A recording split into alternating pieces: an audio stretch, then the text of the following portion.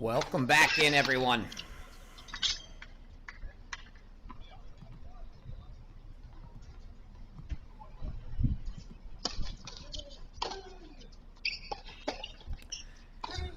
Looks like our featured match has begun. Sorry for the delay. Unfortunately, the online scoring and the scoring on the courts at Tulsa have gone down on us here. So did not catch the start of this match. We're going to have to listen up for the score. But you can see Matthew Forbes here on the near side, Trevor Svajda on the far side.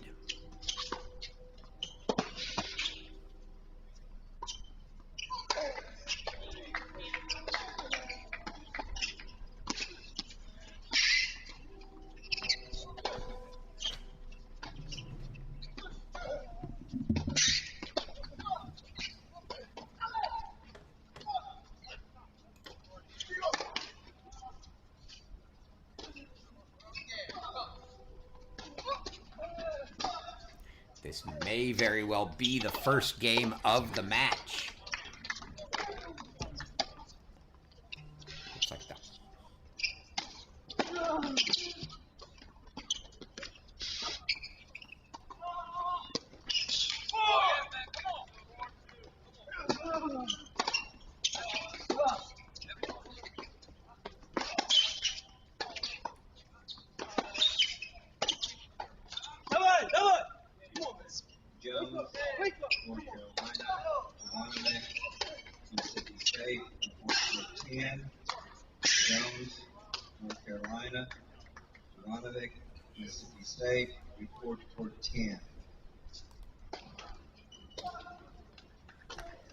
Gonna say that probably was our first game, and Forbes takes it. We'll go ahead and set our own scoreboards up here since it looks like those on screen are down at Tulsa.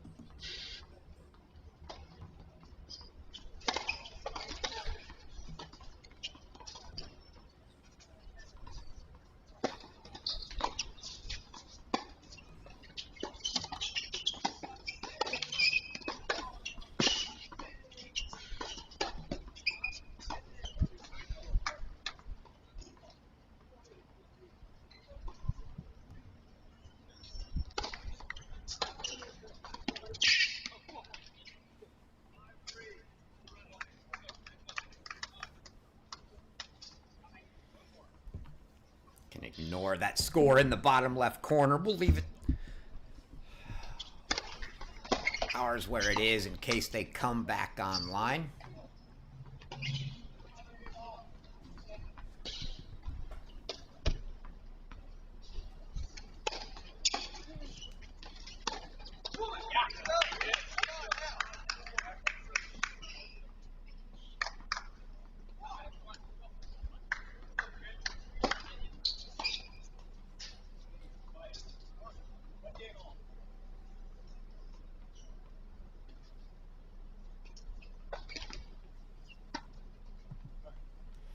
So a couple quick holds to start the match now. And we're 1-1 here in the first. Introduce these guys. It's a Matthew Forbes serving far court for Michigan State, the Michigan State sophomore. After a nice freshman year. Campaign for him last season with the Spartans, and a good year for the Spartans. And a good team, they return with Carr, South Florida, Glenn, Ohio State. Barish, Thanos, Forbes. Carr, South Florida, Glenn, Ohio State. Matui, say a lot of the same players.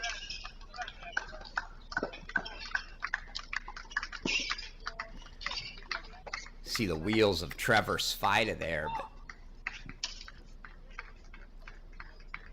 Forbes going to challenge him step for step in that category.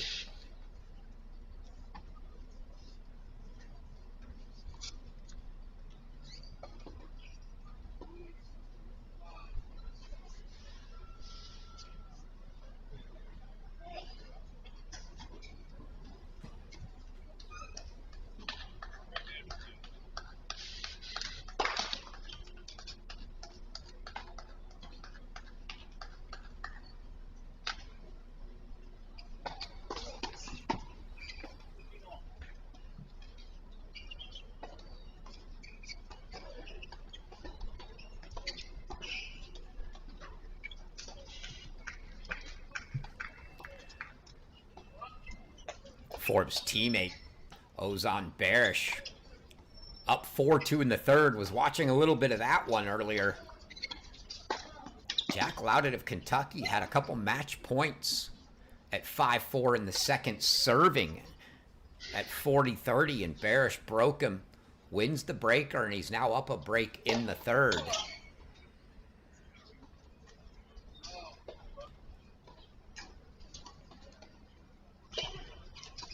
So the Spartans looking to get off to a good start here on day 2.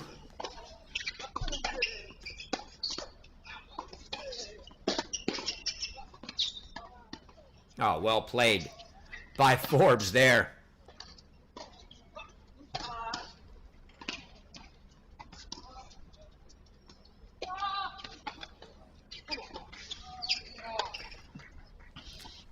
Trevor Svajda entering his junior year at SMU.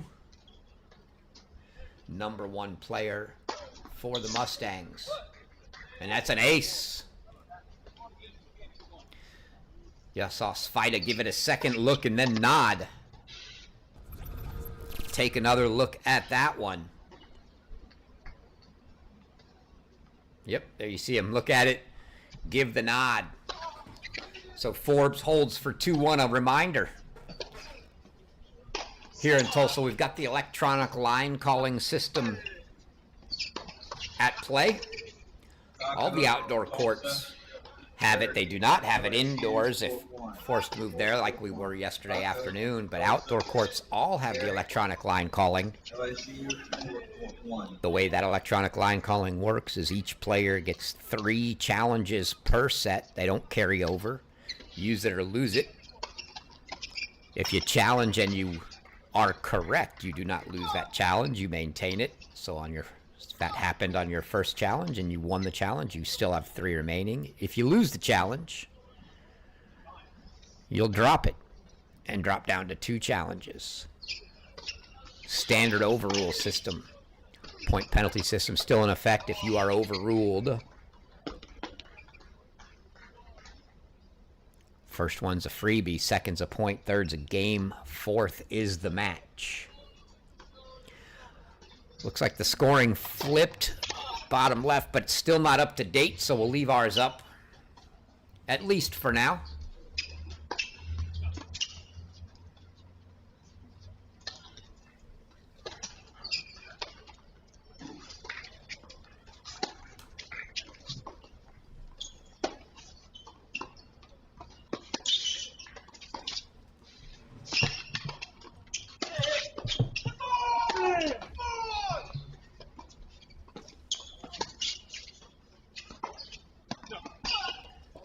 Little deep there from Svajda. Forbes here on the near court. If you follow the women's game as well in college, you know his sister Abby.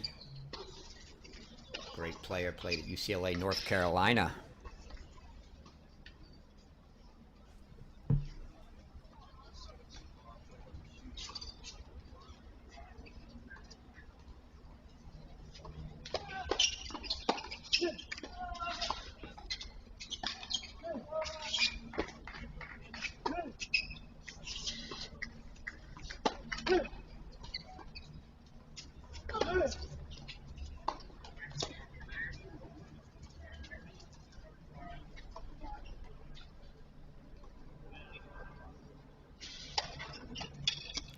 And it sounds like the same situation that we had yesterday may have just occurred again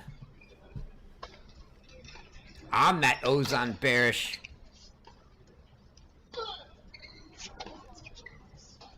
Jack Loudett match. It sounds like Loudett may have just been given a match, fourth overrule match penalty.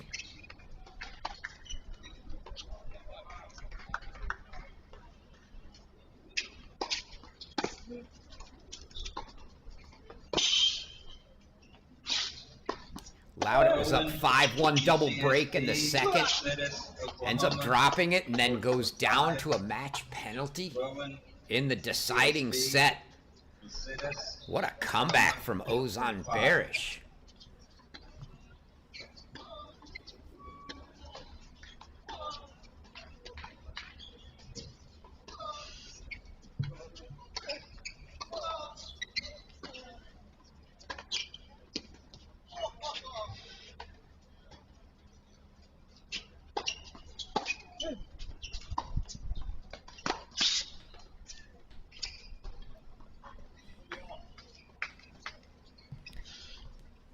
Ball sails wide for 30 all. Looks like those scoreboards trying to catch up with us, but we'll leave ours up. Svajda serving here now, of course, his older brother Zach, professional tennis player. Thought I had heard he announced his retirement at the end of the season and then went on a tear. So I don't know if that still holds, if he's going to give it up at the end of the year or if he's going to keep playing now, but certainly some good tennis genes in the family there, as there are in the Forbes family.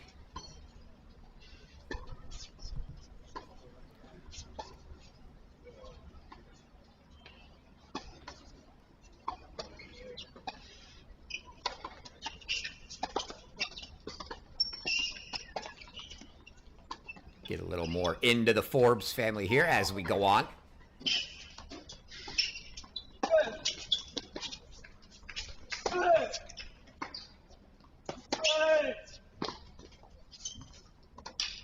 Oh, a little bit of a bailout there. He telegraphed that drop and then missed it on top of it.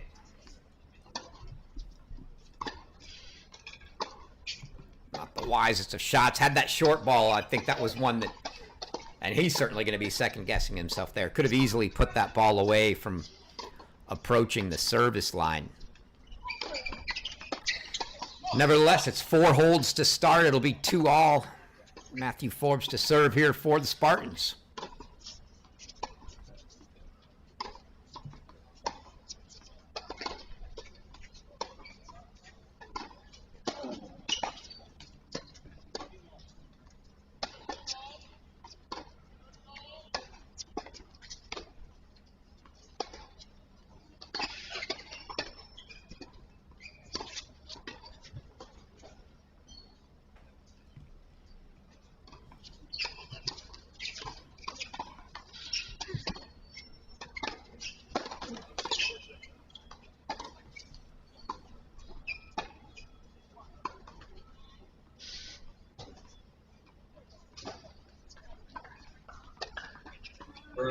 Arkansas, Jefferson, Florida, board score 11. Verba, Arkansas, Jefferson, Florida, board score 11.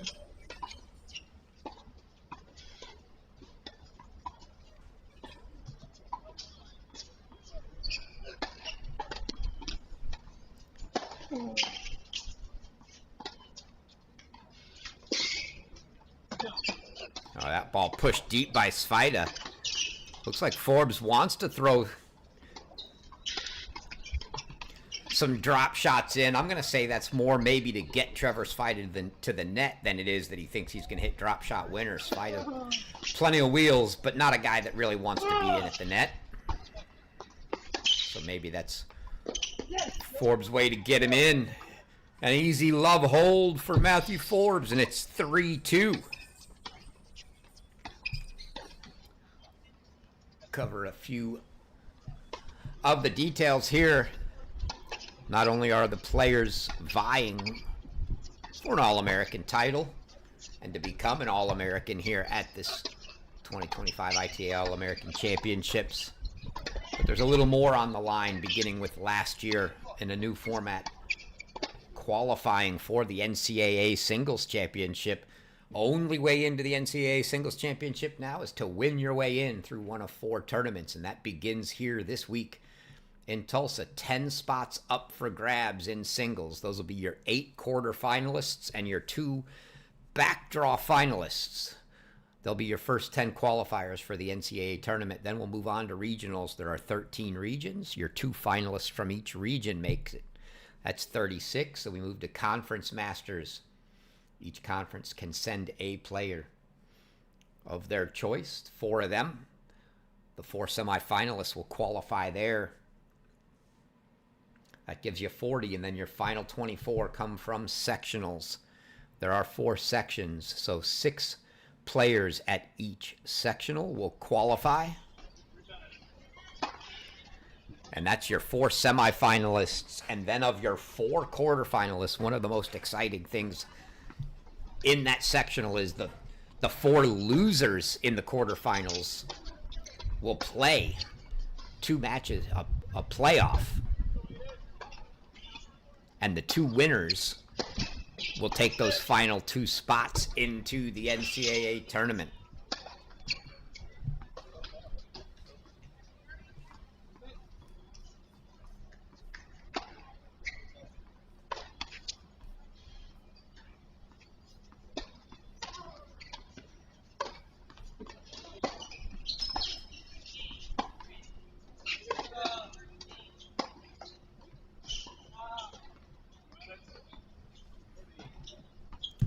Love for Svajda.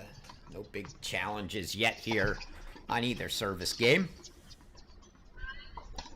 Svajda was quite the land for SMU and Coach Grant Chen and Ben Johnson. He was the #1 player in the country coming out of his class.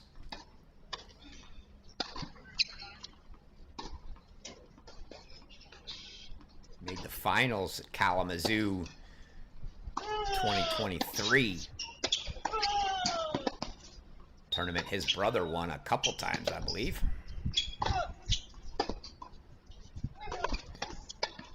That's off memory, I don't recall.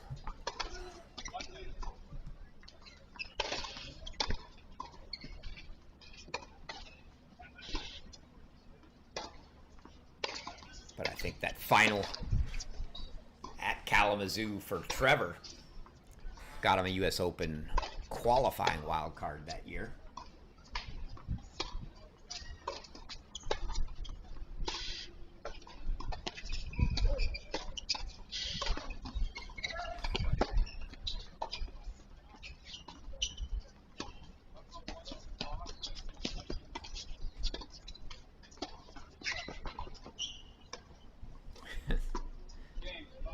It's a lob winner for Trevor Svajda to make it 3-all. I'm kind of chuckling, laughing at the fact that these 2 are drop-shotting each other, as these are 2 of the quicker guys out there. I don't think you're going to get a lot of drop-shot winners. It's got to be more for the desire to potentially bring them in, as I would not bet against either one of these 2 covering a drop shot at the net. So Forbes will pick it up here, 6 holds in a row. 3-all.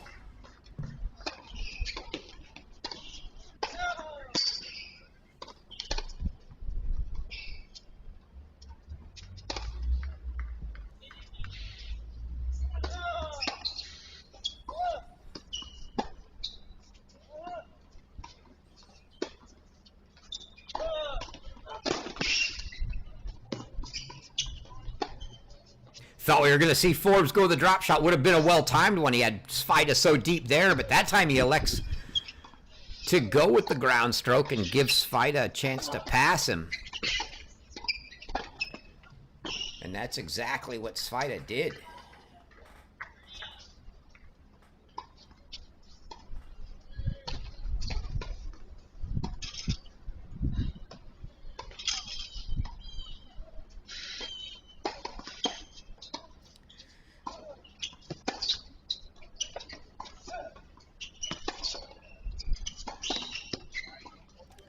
And here's the first little spot of trouble, I think, on the service games. As Svajda now has a love 30 look at the Forbes serve. Mentioned Forbes' sister Abby. Her tennis. He's also got a brother Luke. I know they're at home watching. Shout out to you, Luke.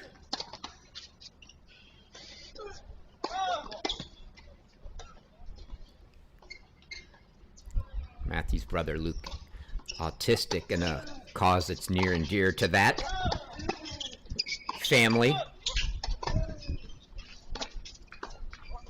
So I hope you guys enjoy the broadcast today. There's a big forehand at a great time for Forbes at love 30 here. We'll get another look at that one.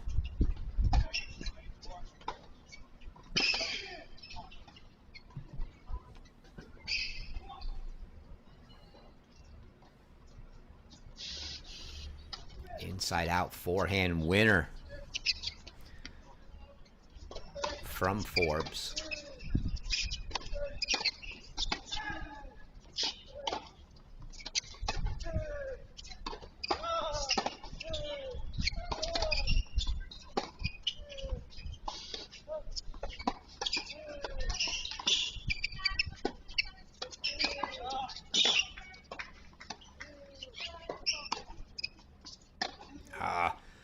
Under and looped too much, so Svajda is going to get a first chance to look at some break points now.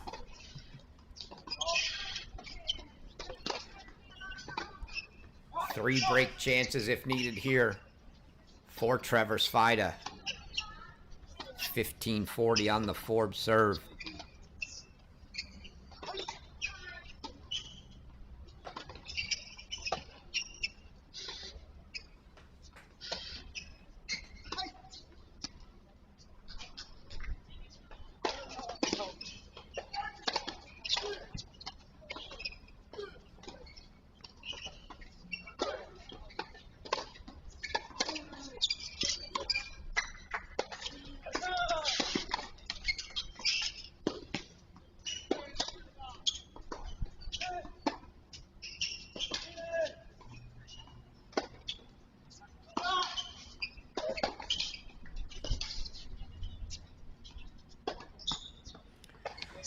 Winner there from Svajda, and it's the first break of the match. So Trevor Svajda goes up a break 4-3.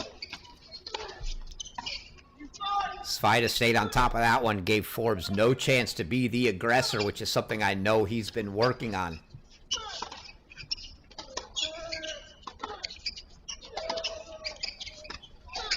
So we'll see if he can try to regroup quickly here and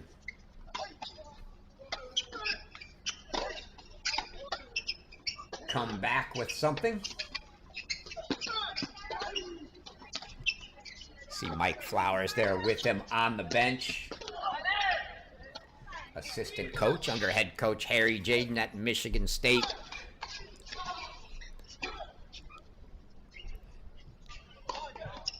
Jaden, one of the legendary Spartans, back to his alma mater.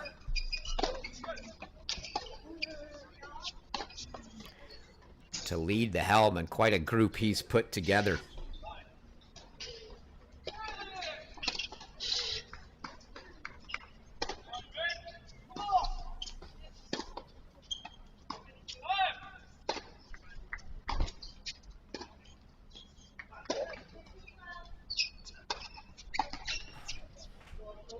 Still has one of the Sheldon brothers there, Mitchell. Hope you're listening, Harry, as I'll have to call out that the Sheldon brothers played doubles together this week at the Futures and the ICF tournament in Ann Arbor. Going down to a couple Wolverines. Sorry about that, Harry.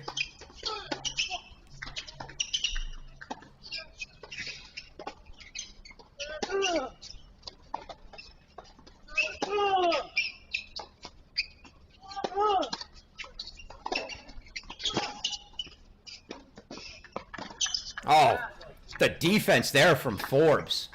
Outstanding. Into that backhand corner.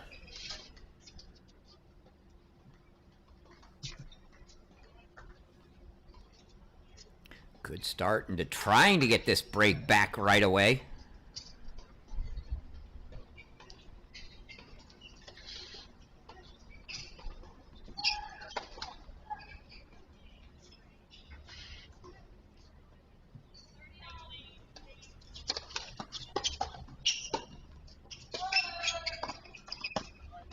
It's tough to hear, but the way Forbes took that return looked like it must have clipped the net. Again, if you're new to college tennis, no let, no add. So if the ball hits the net off the serve, you are playing it. Also no add, so if we get the deuce, it's a deciding point. Receiver chooses the side of the court they want to take that one in.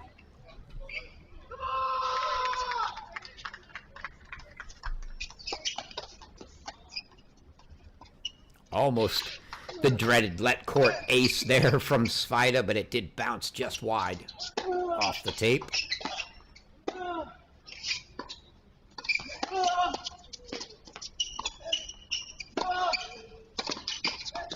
That was a beautiful approach. That's the kind of aggressiveness that they're looking for out of Forbes. You see that cross-court backhand.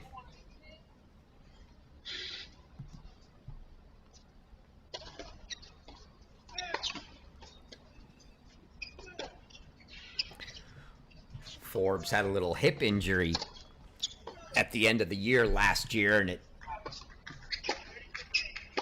wasn't great. On the results, another let.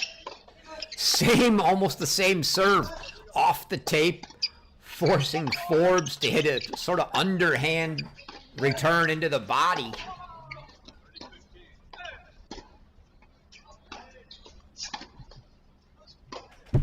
Makes it 30 all. After that hip injury, he just didn't play a lot in the summer either. Did a lot of PT, trying to get things ready for the year, looking to have a good college season. And now he set himself up a couple chances to break right back here. 30-40.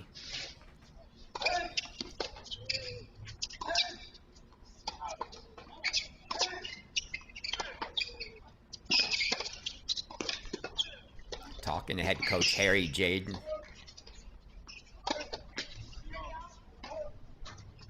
He said Forbes is wanting to look to be aggressive, so he's looking forward to seeing some of these key points, what he does. This is one of them for sure.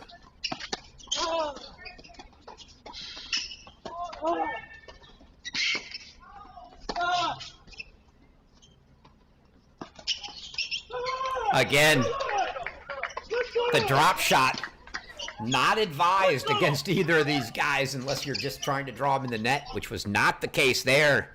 And Svajda left it in the wheelhouse for Forbes, and Matthew Forbes breaks right back, and we're all squared at 4 all.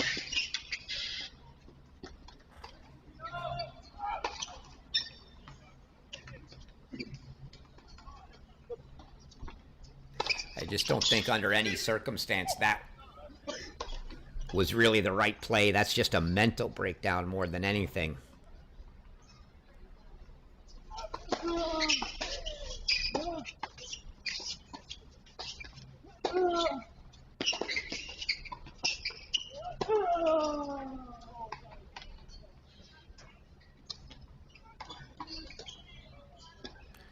Looks like, not sure if it was called out. If it was overruled, but I'm not sure. But you saw the fist pump from Forbes indicating that it was his point. And I don't have good audio from the chair here. Some of the chairs we've been able to hear very well. Players, again, are issued 3 challenges each per set. And when that happens, we'll usually hear the chair call out that there's a challenge and then hear the result.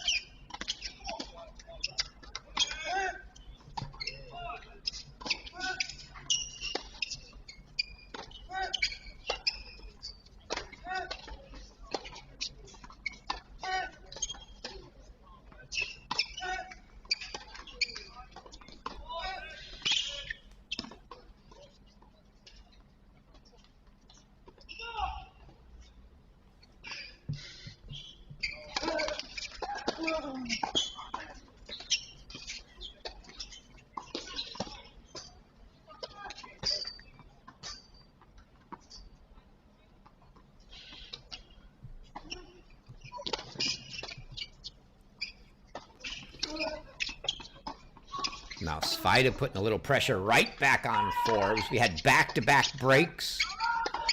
Two guys feeling each other out, maybe getting a little rhythm and accustomed to the other's serve.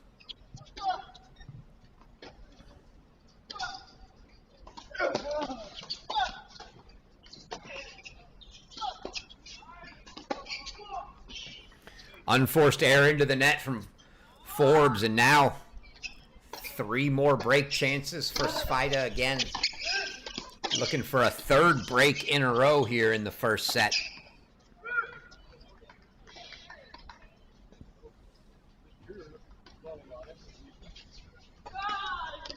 And that prompts assistant coach Mike Flowers to come over and have a word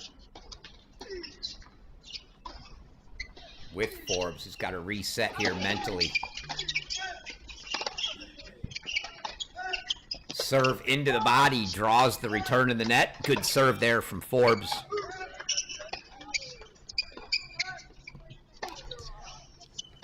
To get one of the 3 he needs to hold. Still 30-40 and a couple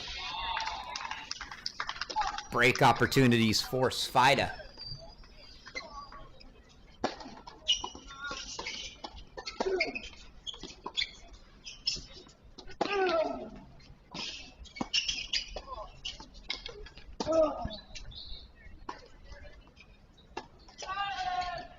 That ball wide. I think when they go back and watch that one on tape,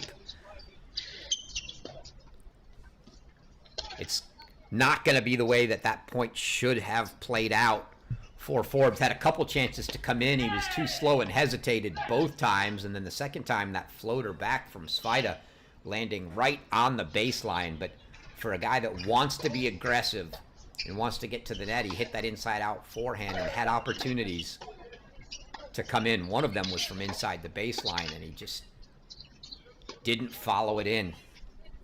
Would have liked to see him do that there.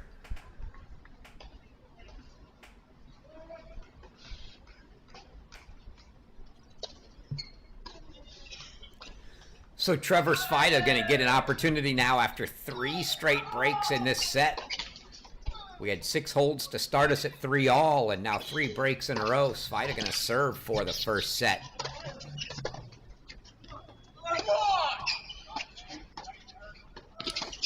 Give you some scores from around the grounds.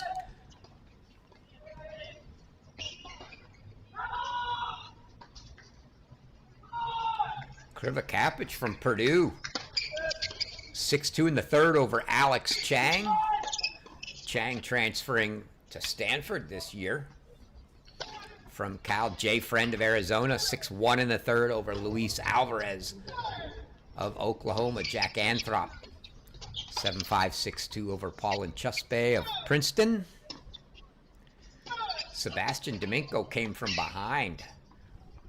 7-5 in the 3rd over Keegan Rice of Virginia. Domingo from Notre Dame. Dylan Dietrich of Virginia.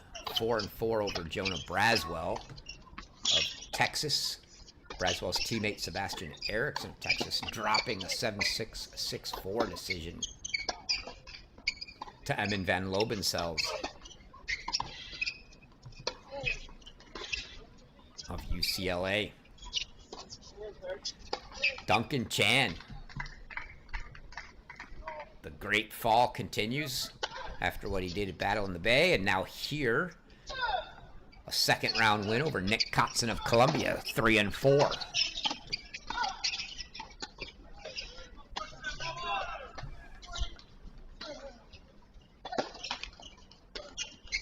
Tomorrow, a big day in singles at both sites.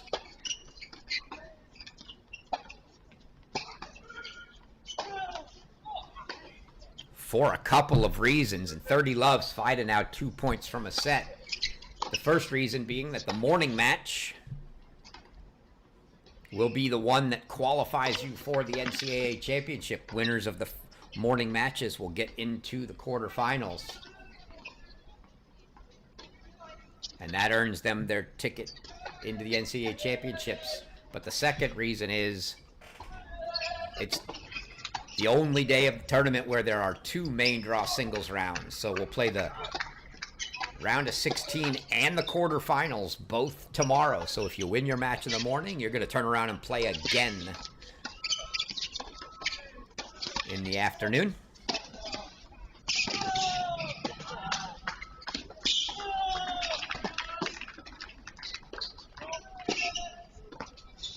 Oh, that's beautiful volley there from Forbes, trying to find a way to get back into this game and prevent Svajda from serving the set out. See that nice touch drop volley there.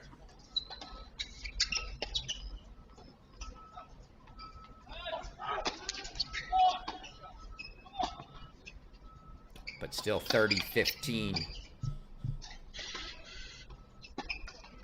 For Svajda here, 2 points from a set.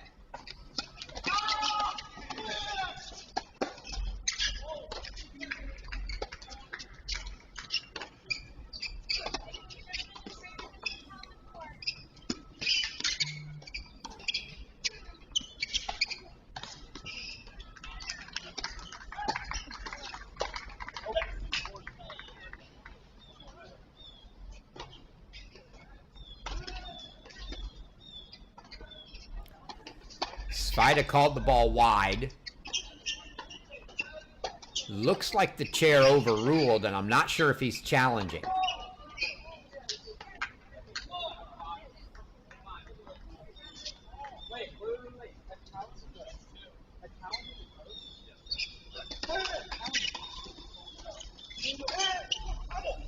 Wish we could hear a little better. See if we can turn the volume up a little.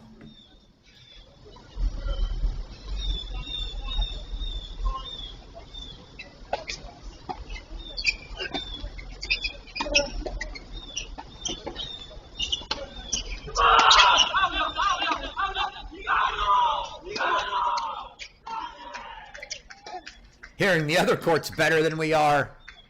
Svajda here at the moment, and Flowers now going to make his way in to see what all the talk is about. I think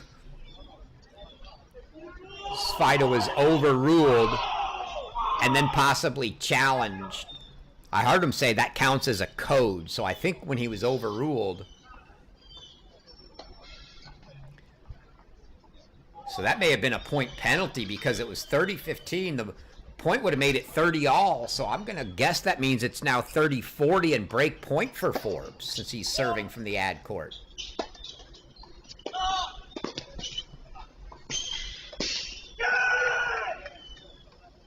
Indeed it was. So a turn of events there. Svajda was overruled and then given a point penalty for the overrule. And Forbes takes advantage and breaks him.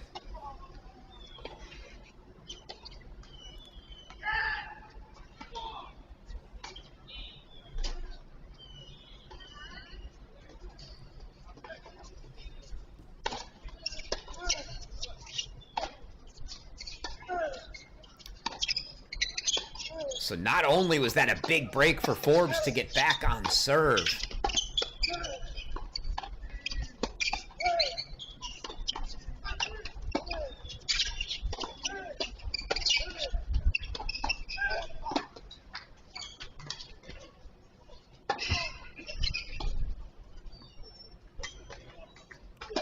Forbes sends the first one wide, but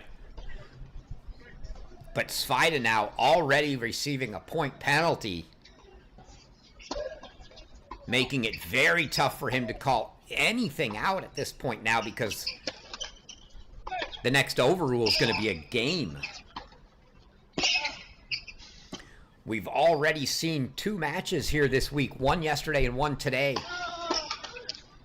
defaulted on the point penalty system. It was Svajda of Oklahoma yesterday defaulting a match up 5-4 in the third Stevenson, Kentucky, Manning, NC State, to Spencer Johnson of UCLA. And then today, Kentucky, Jack Manning, Loudon NC State, of Kentucky doing the same and giving one to Ozan Barish, although Barish at that point I believe was up a break in the third, unlike Alvarez, who trailed, or who was, excuse me, Lacides yesterday, who was leading 5-4 in the third.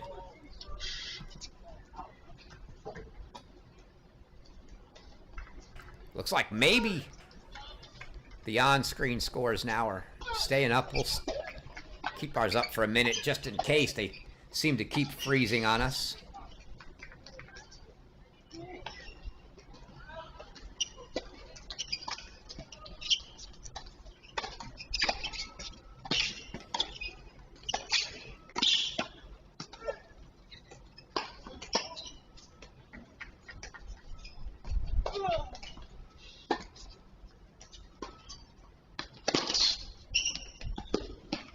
Woo! What a little pickup off the shoelaces from Forbes there. See if we're able to catch that one in time. Ah, just the tail end.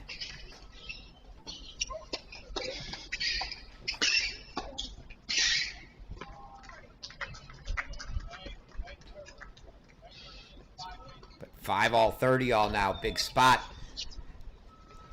Svajda's got to be feeling really nervous about calling balls out, not only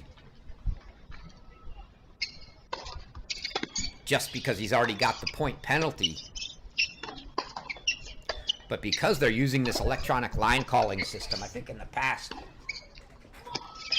they felt like it was going to have to be a pretty egregious call to get overruled for a game and then a match. The chair usually going to be reluctant to do that. Now that decision has been taken out of the chair's hands. And a double fault there. And Forbes again. Could it be 3 straight breaks for Svajda? 5 in a row in the set. We've had 4 straight breaks. But with that electronic line calling, chair gets no say in the matter. If there's a challenge, they go to the ELC, and if it says overrule, it says overrule.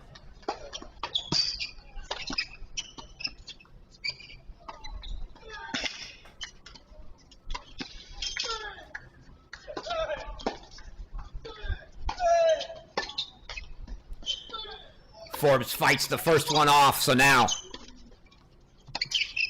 a huge deuce deciding point here at 5-all.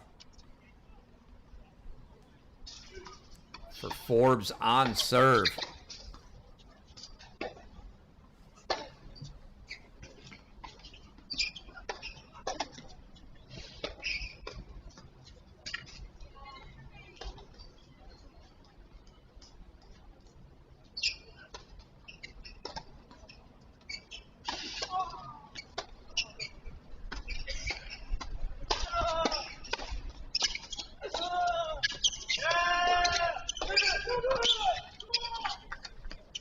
Forbes gets the hold, so that's a big 30-40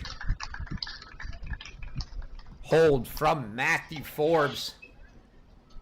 And the Spartan junior, or sophomore, excuse me, gonna take a 6-5 lead now. Force Svajda to try to serve to get into a breaker.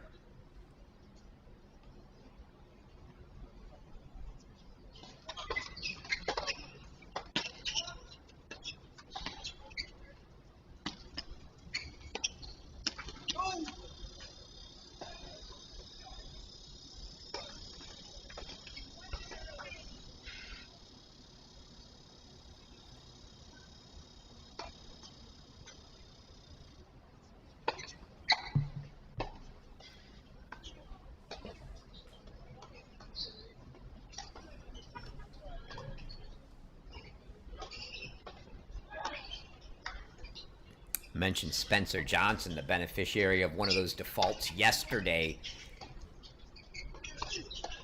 From 5-4 in the third down, he got that default facing Santi Giamichel, the UCF transfer to Georgia this year.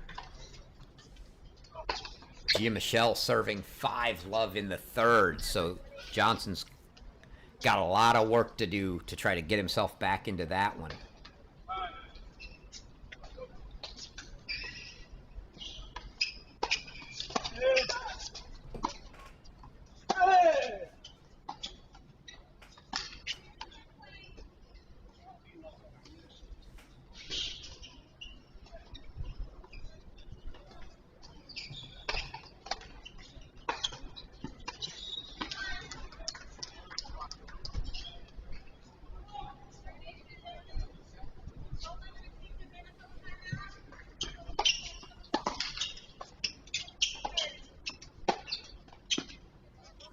Had a good look at a pass there, did Forbes, but didn't quite get it up and over. So quick 30 love for Svajda, and we might be heading into a breaker.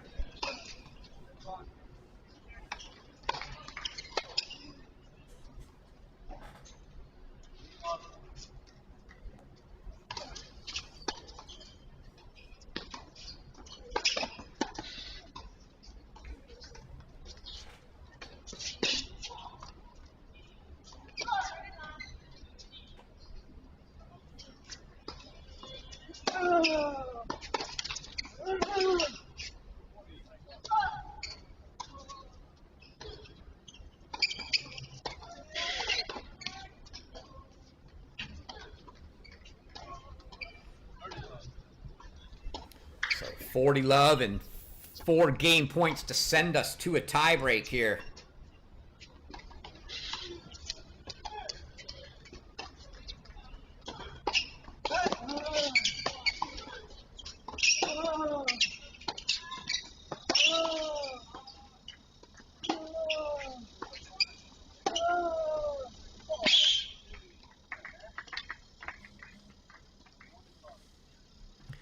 Forbes not going to give it away that easy.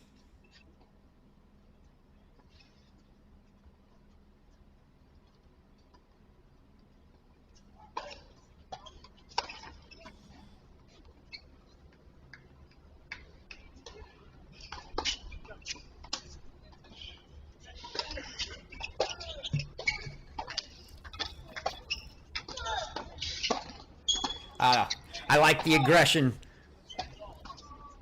Just overcooked it, but Svajda gets the hold. Forbes went after that serve.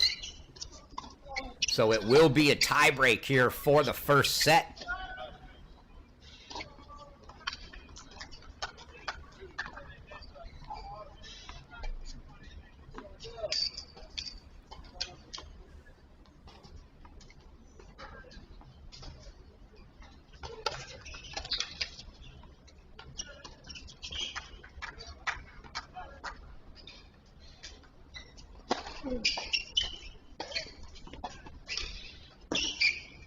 Oh, and it drops over.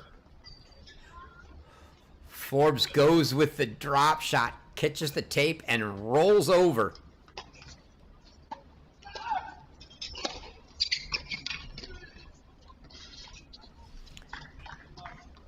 So he holds his first serve for 1-0 here in the breaker. Sanchez, Martinez, State, Taylor, 5. Sanchez, Martinez, Taylor, 5.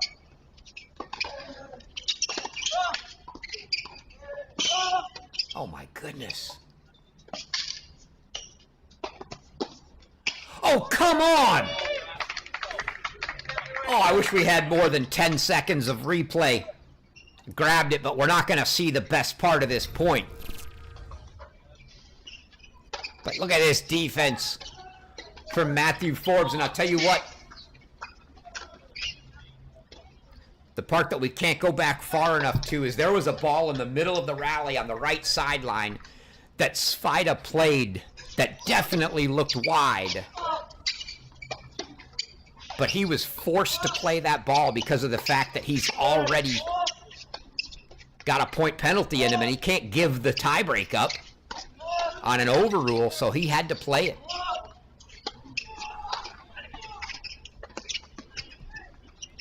And that's exactly why, especially with this ELC, and you're just never sure how that's going to go, you got to play the ball unless you're 100% positive it's out.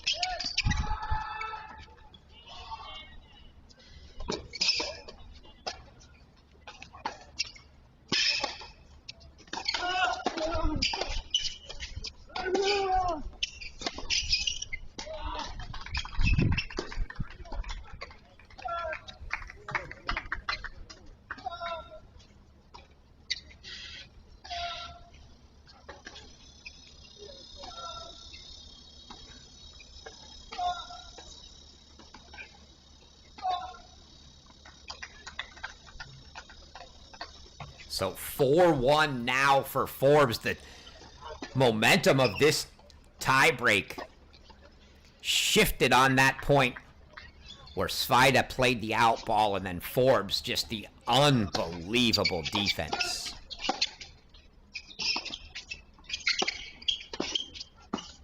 There's a great volley from Trevor Svajda, so he gets it back to 4-2 at the turn.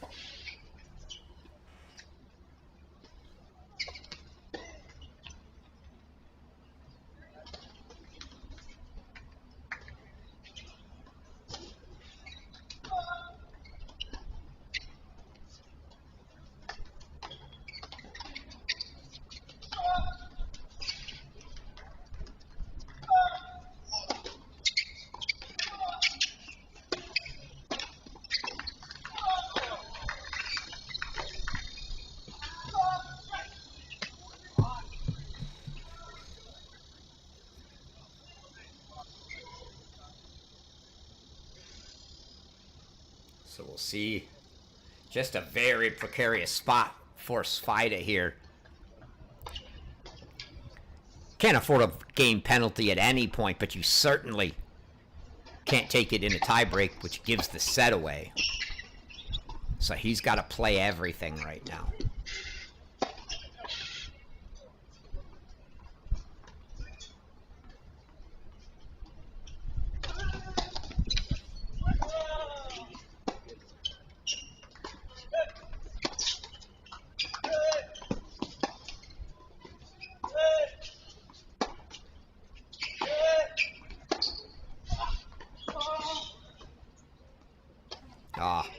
Just wide from Forbes on the defense there, but whoop, excuse me.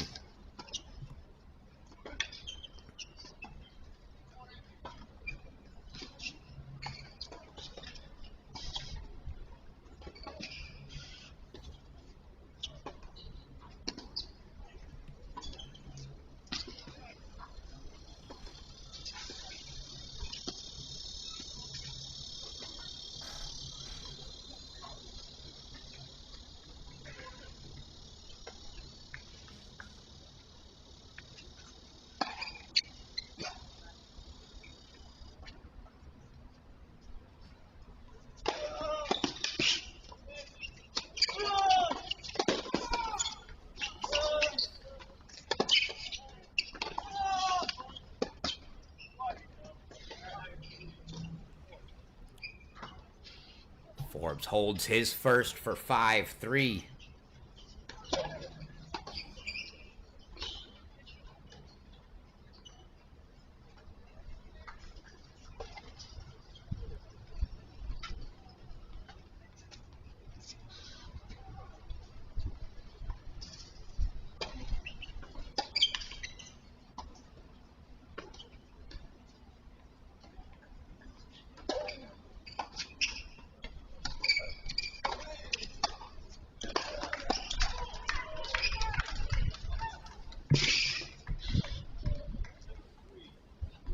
got there, but not even close with the reply.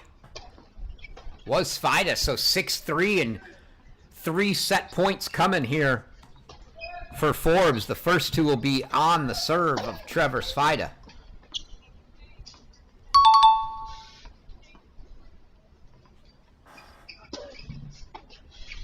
Nakashima, Ohio State. Isaiah, Hawaii, court 9. Nakashima, Ohio State.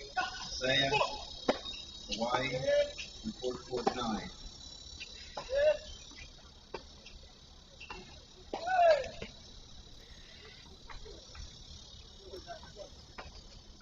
It was a good thought from Forbes, going over the low part of the net, cross court, inside out there, just missed it. So Svajda gets his first service point, needs one more here to try to force Forbes to serve it out on his own.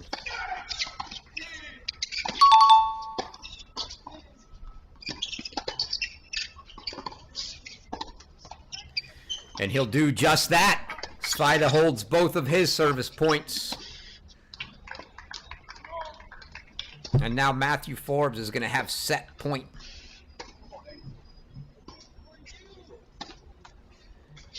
Number 3.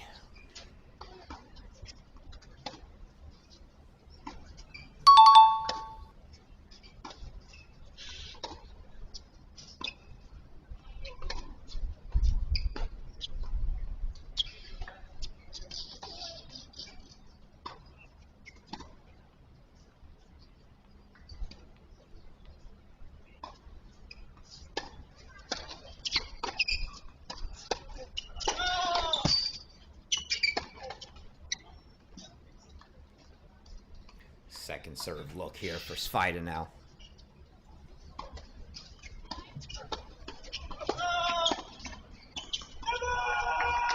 And that serve looked like it might have even possibly been deep, and no way Svajda can call it.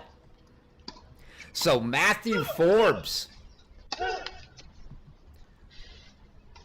7-5 in the breaker, takes a 7-6 first set for the Spartans.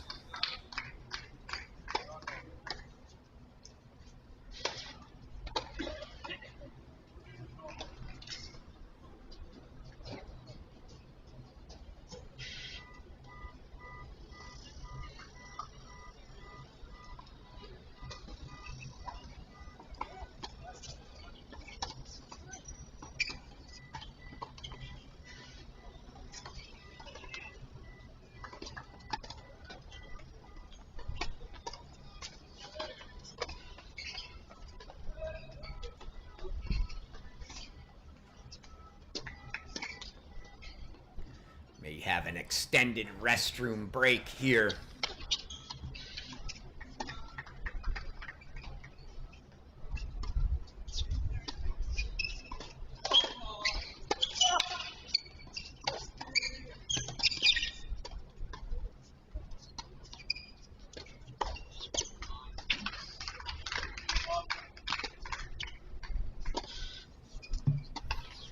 Gonna get new balls while we have the extended break.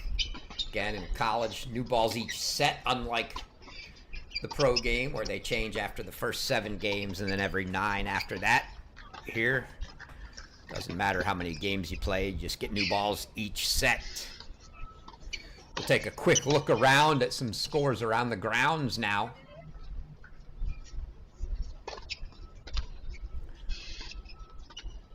Looking for any matches we didn't have finals on before.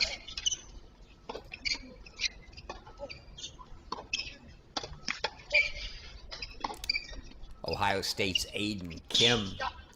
Baylor's transfer in from ODU. Connor Van Schalkwijk have split sets. They're headed into a third. Kenta Miyoshi 6-1-2-3 on Lauren Byers. Miyoshi at Illinois, Lauren Byers at Ohio State, a transfer in from Penn State, intra-Big Ten transfer there.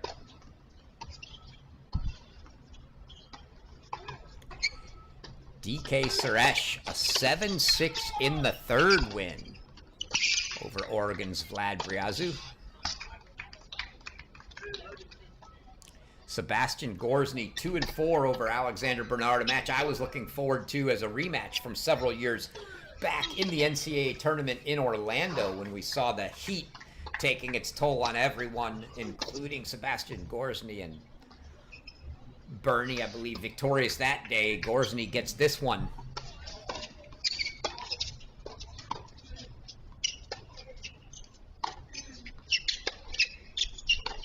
I think we also saw a replay of that when Gorsny was at TCU in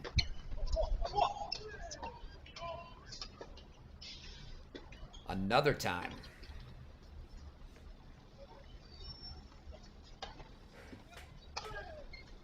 So again, we'll have both the round of 16 and the quarterfinals tomorrow.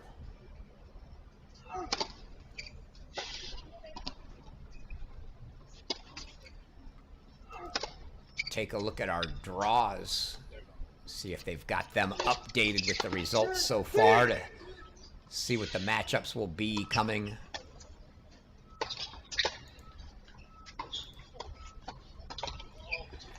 Tomorrow we do have some completions in there as the players make their way back to the court. You see Forbes walking on. It's going to be top-seeded DK Suresh taking on Duncan Chan. Dylan Dietrich of Virginia against Ohio State's Jack Anthrop. Arizona's Jay Friend will meet UCLA's Emin Van Lobenfels. Forbes teammate Ozan Barish going to take on Big Ten foe from Purdue, Alexa Krivopavich. Get that right one way or the other.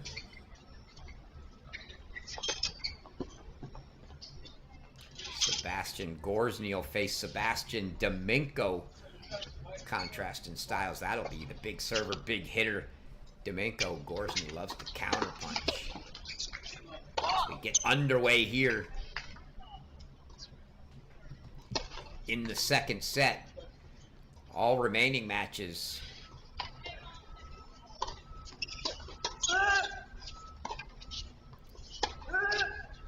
yet to be finalized, so we'll give you those as we find out.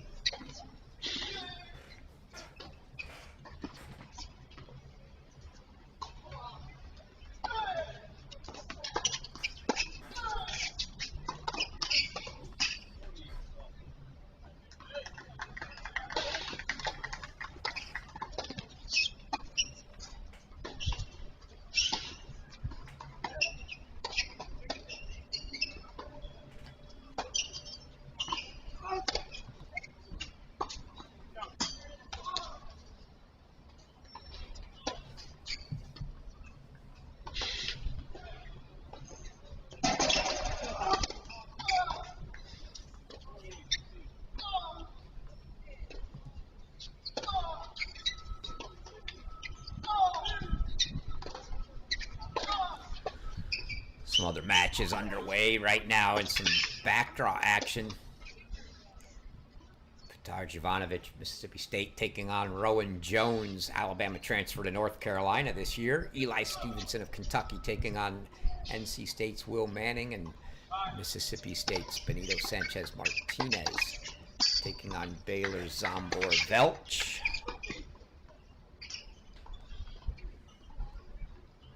Svajda gets the hold in the opening game of the second set.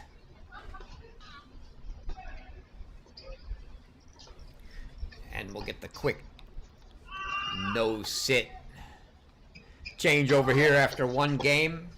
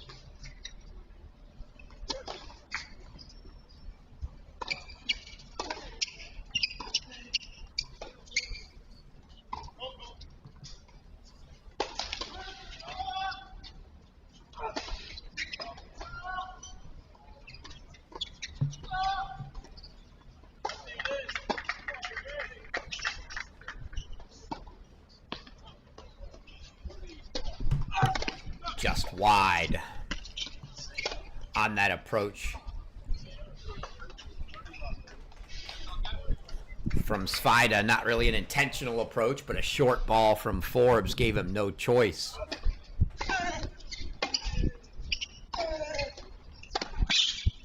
Don't think it's a spot Svajda particularly wants to be. Forbes doesn't mind coming in. He wants to be aggressive. I think Svajda would just as soon keep it a baseline game.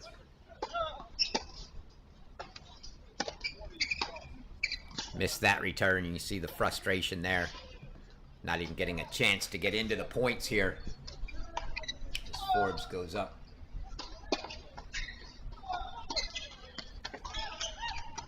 $40 love.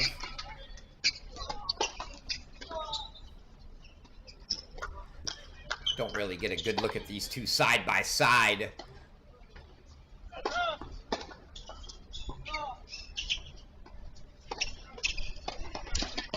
Yeah, again, just not a play I think you want to really go for, but I think at 40 love, Svajda figured why not, and it was more of a bailout.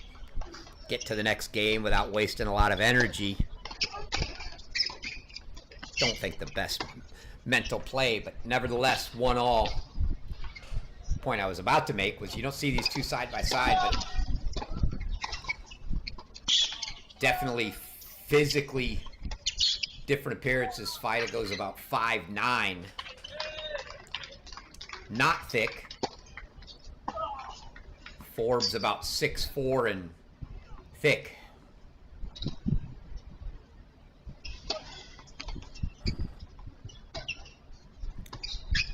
If I had Forbes' figure, I'd probably go sleeveless too.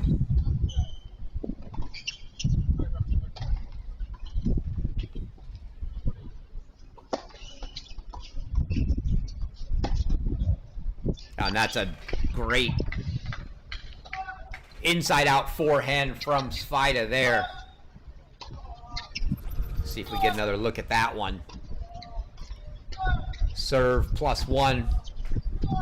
Nothing Forbes can do about that.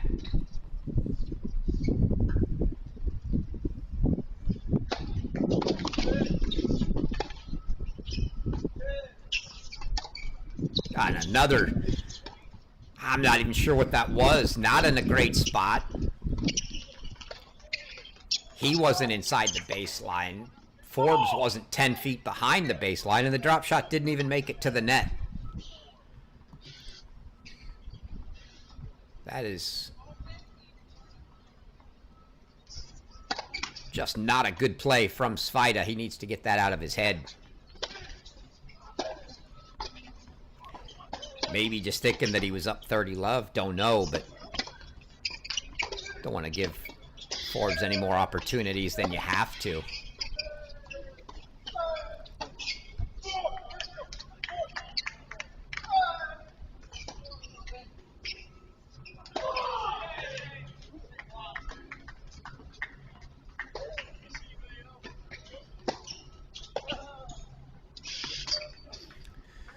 Good serve there from Svajda down the middle. Forbes couldn't make super clean contact, and so 40-15. Another good serve for Svajda, and the poor drop shot attempt doesn't cost him at all.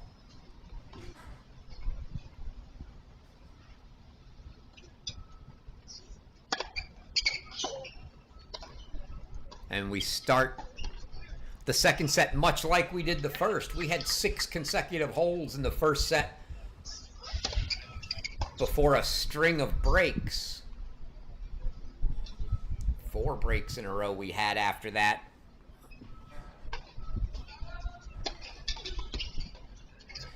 And we'll start with 3 holds here. Forbes coming up to serve.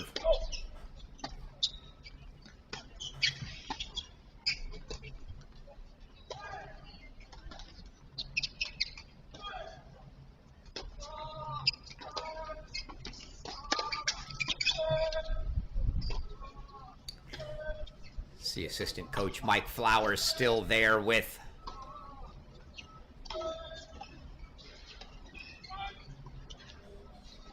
Forbes. Scoreboard blocking the bench of Trevor Svajda, so I don't have a good look to see somebody in a white hat behind the fence. Might be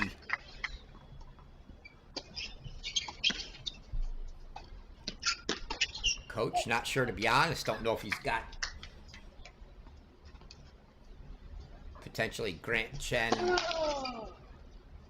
Ben Johnson, or Kent Hunter with him.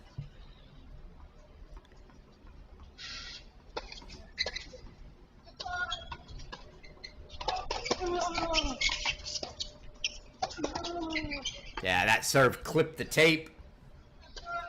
Made Svajda play an awkward return, and Forbes able to take advantage.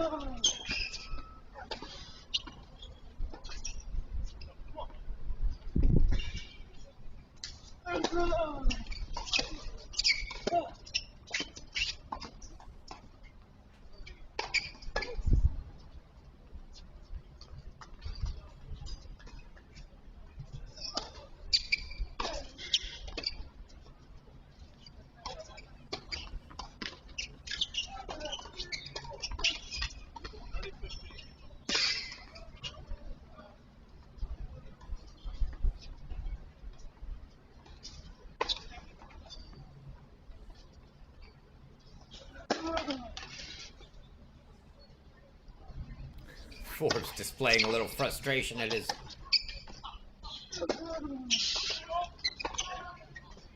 lack of ability to get a first serve in there.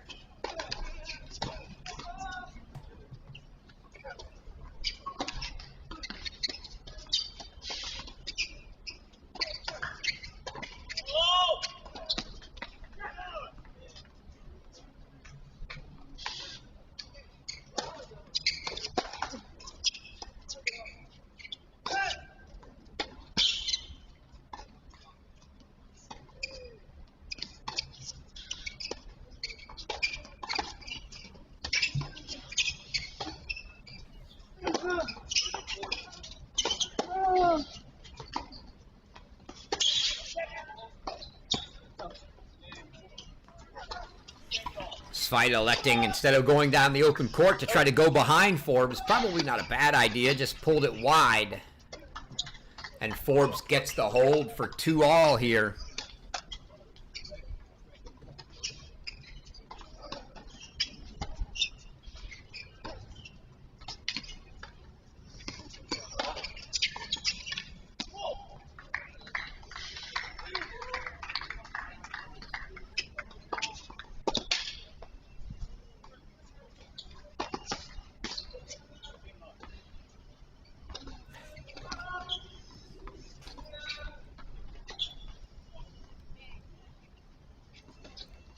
Svajda coming in, putting the overhead away, giving us a very unenthused look. I think if I'm Forbes, I see that and see that he doesn't look totally into it.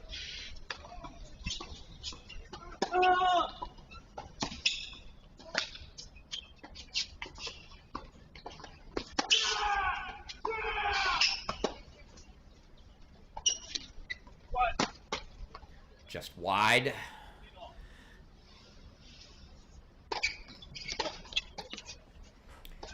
question is, what do you do when you think your opponent maybe not completely into it? I think in this case,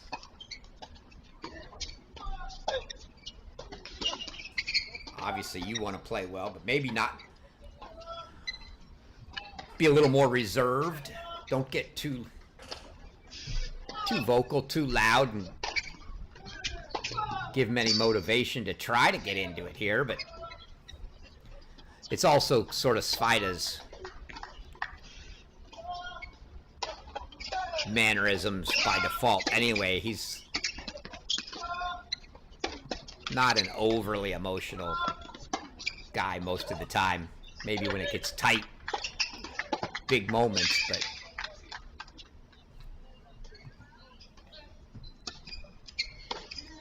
very businesslike most of the time. Other than that, think of a few players like that. Sebastian Domingo from Notre Dame, another one that I would classify as that, where you watch them play and you're just not sure. Looks like they don't care, but that's not the case.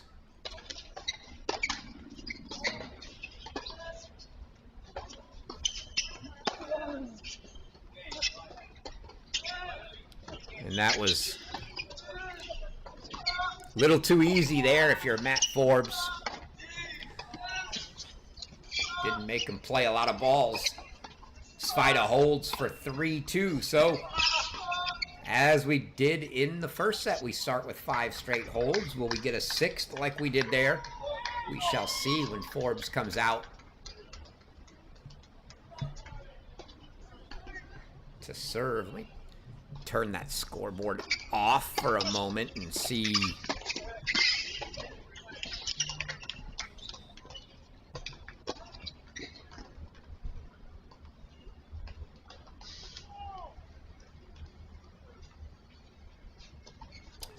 Well, I won't say for sure I know who is standing back behind Trevor Svajda there, but if it is one of the coaches, it is clearly Kent Hunter. That is not Grant Chen or Ben Johnson.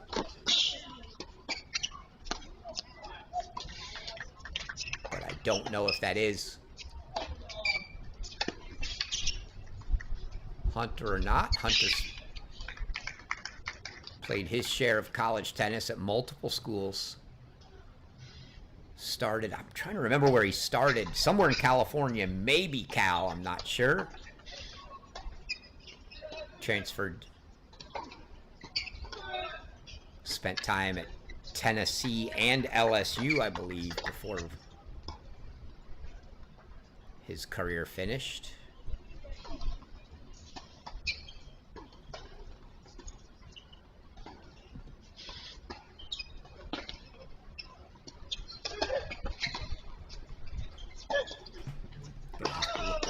Now,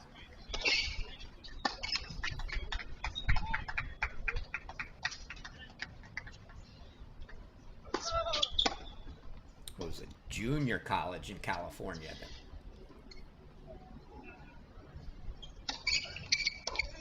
Hunter started his career before going to Tennessee and then LSU.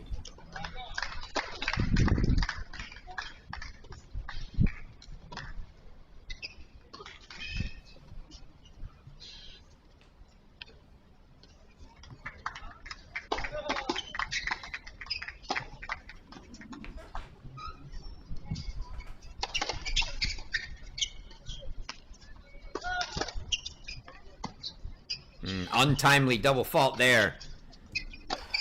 And Forbes now giving Svajda a little look. Last time he had love 30, I think he fought out of it.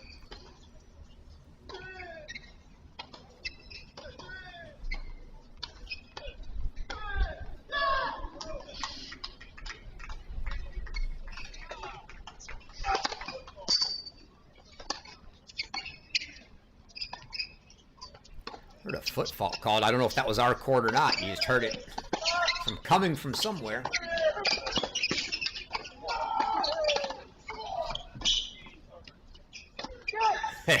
And there you see the athleticism, putting that 6'4" height to use as well as the athleticism. Let's see if we've got that one.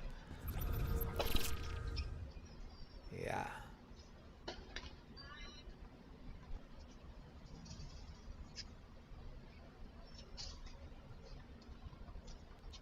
Trying to do maybe a little bit of his best Pete Sampras imitation there. It's Matthew Forbes.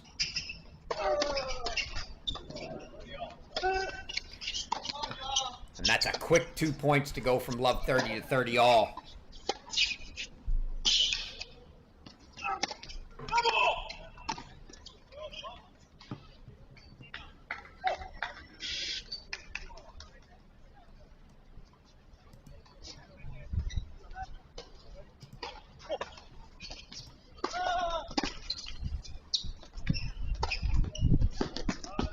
Oh, tremendous drop shot.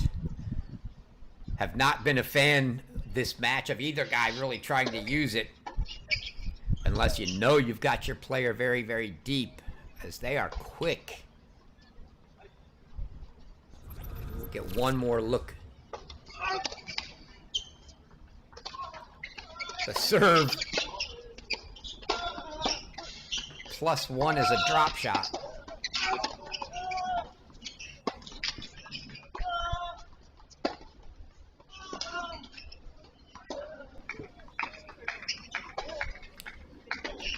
And that backhand from Svajda is going to set up a deuce deciding point here.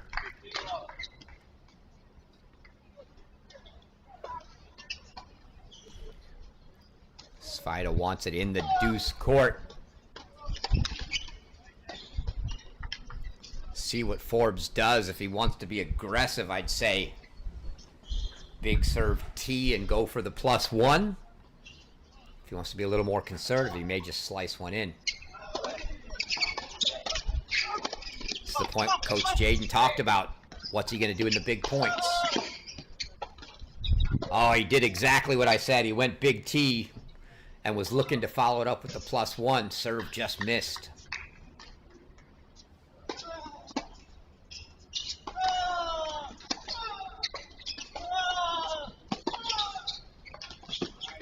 He was aggressive, but Svajda was too good. The backhand pass from Trevor Svajda, and he gets the break for 4-2. Don't know if we caught that. Maybe the very tail end on the replay. Yeah, there's the... I mean, you can't do a lot about that. Svajda got to it. Got it down at the feet and very wide. There just isn't a lot you're going to do to that unless you close it in quicker.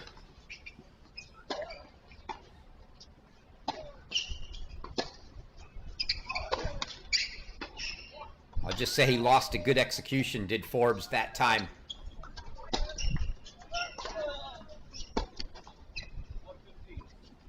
I think if you're Coach Jaden, Coach Flowers watching that, you're not upset at all with the play. Big point, 2-3 deuce, and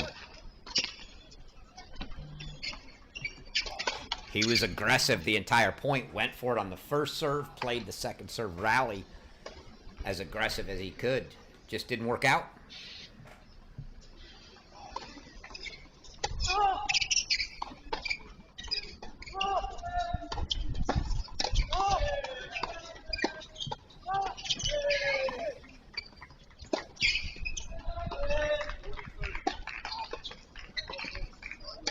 And now Svajda's going to give him a look right back.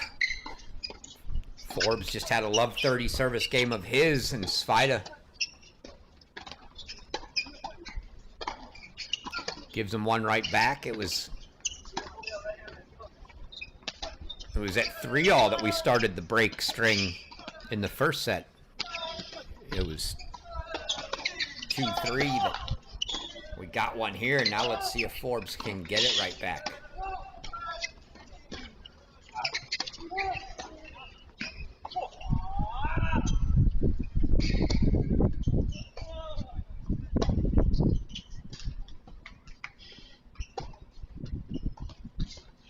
That's a great inside out. Forehand into the corner. Could see the wheels turning in Svajda's head. I was cringing that he might try to hit another drop shot right there. He didn't, elected to go inside out, forehand into the corner. Good play. But the way he pulled that racket back, and the slight hesitation, I thought he was going to go drop her.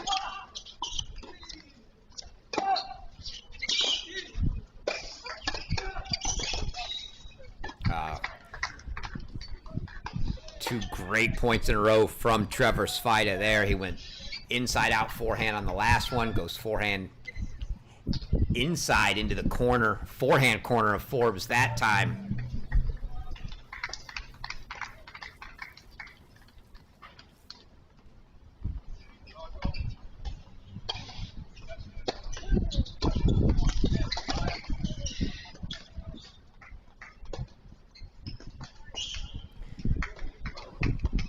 Three excellent points from Love 30. Svajda's played 3 great points there. To go up 40-30.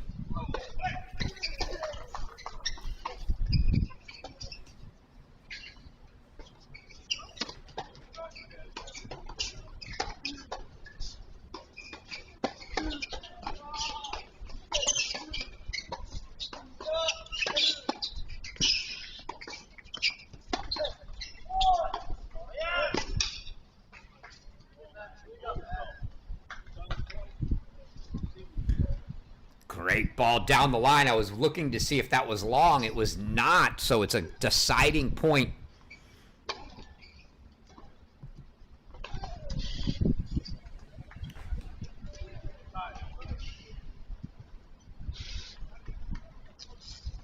For Matthew Forbes now. He goes and grabs the towel, and he's going to take it over to the other side.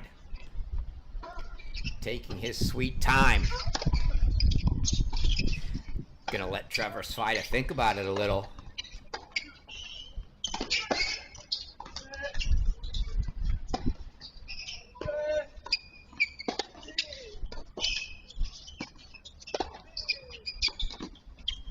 Oh, Forbes guessed right. He stayed put, got the backhand, and had a look, but just couldn't hit it. He goes wide with the backhand. And Trevor Svajda holds for 5-2.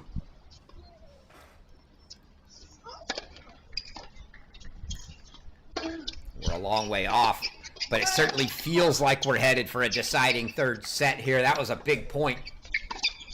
A big hold for Svajda at deuce there. Coach Mike Flowers. Some more words.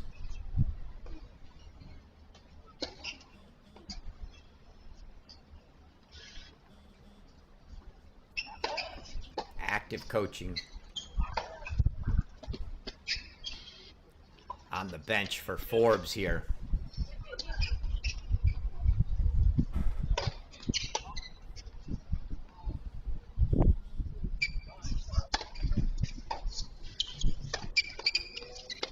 Trevor Svajda playing his share of pro events. He's up to 394 in the ATP rankings. Of our current college players, Svajda 4th in ATP ranking. You got Michael Zhang at 227, Rafa Hodar of Virginia, 306, Zhang of Columbia, by the way. Ali Tarvit of San Diego at 388, and then Trevor Svajda at 394. So 4 current college players in the top 400 of the ATP rankings.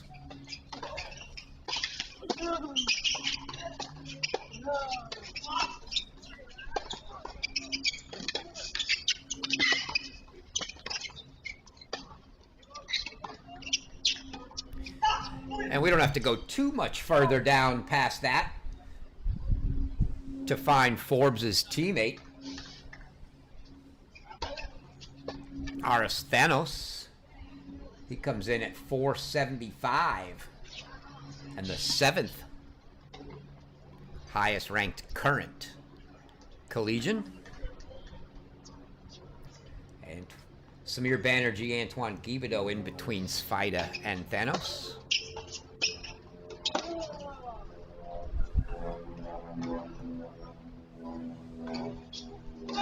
Good topspin forehand, just dropping inside the baseline there for Forbes.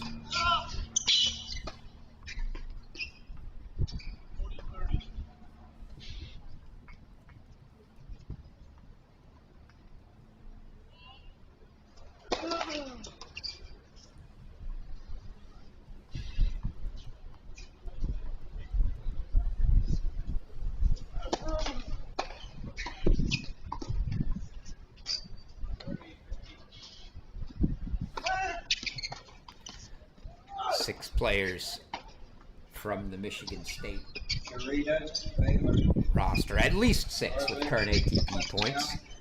Thanos at 475, Barish at 901, Rajanovic at 1362, Forbes at 1551, and then David Say and Mitchell Sheldon both with a point. Oh, that's a nice serve right in the T corner.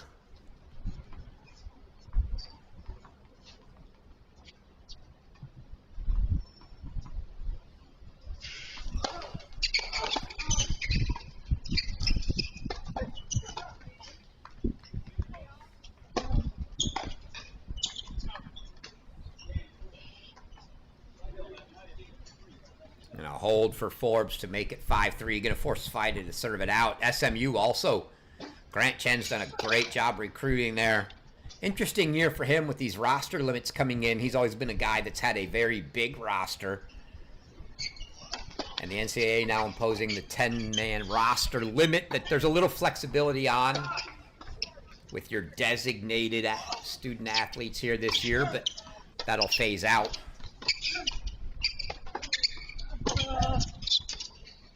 So we'll see how that plays out. Forbes frustrated with the missed return there, but 4 current, at least 4 current Mustangs with ATP points in singles. Mentioned Svajda at 394. You've got Georgi Georgiev at 914. And then the Brown transfer, Alex Finkelstein, as well as Jerry Barton, also ATP points. Barton a lone point.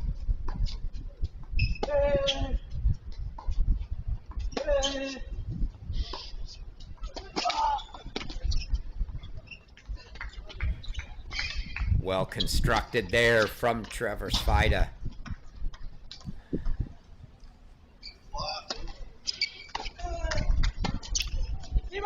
So 30 love. He was in this spot in the first set serving for the set. Unable to finish it, and Forbes broke him. See if 2 points from the second he can do it here.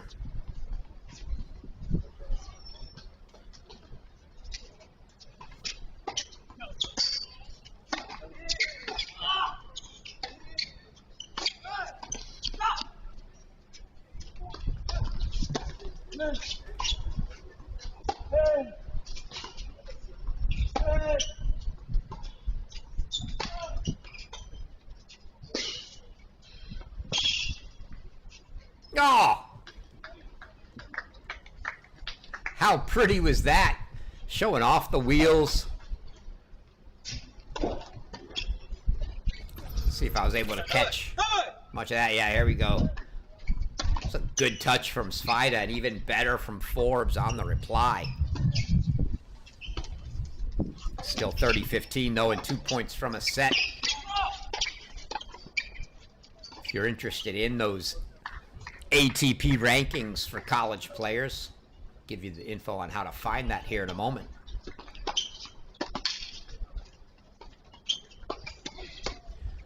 The overhead into the net, and now maybe a little look for Forbes 30 all.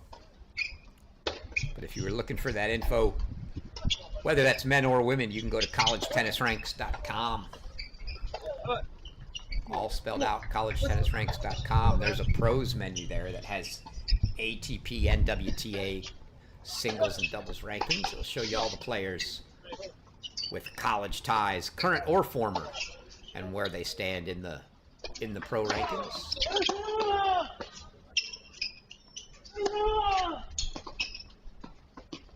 Oh, it just drops at his feet, and Forbes gives it the clap. He certainly thought that ball was sailing wide, and he watched it drop right in front of him, just inside that left sideline. And now a couple set points for Svajda. A little helpful tip if you are going to go look up the current ranking or player rankings for current players on collegetennisranks.com. There's a search box, and if you just put an asterisk in that search box, you'll find all the current players whose years are listed as whatever year they started through star, meaning still playing.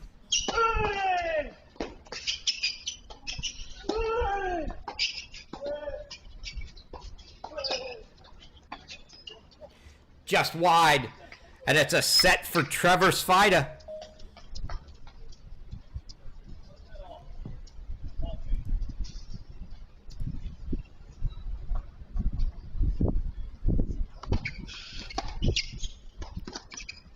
So we'll get new balls and we'll get a third set. And Forbes will get a new shirt.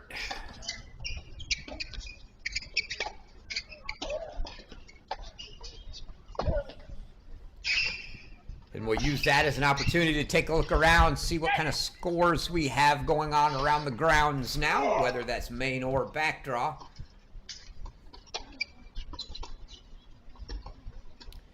Jakob Verba of Arkansas took a 6-4, 6-2 win over Henry Jefferson of Florida. Alessio Vasquez of LSU's got a 6-4, 4-1 lead on Takeshi Tako of Tulsa. I think our Kenta Miyoshi score may be frozen. That's showing 6-1, 3-5. Not sure if that's current or not in favor of Miyoshi. Oscar Lacides, who we mentioned was given that match default yesterday, a 3-love. And it says completed, maybe a retirement over UCSB's Dominique Roland. Aiden Kim took a 6-love third set over Connor von Schalkwijk of Baylor.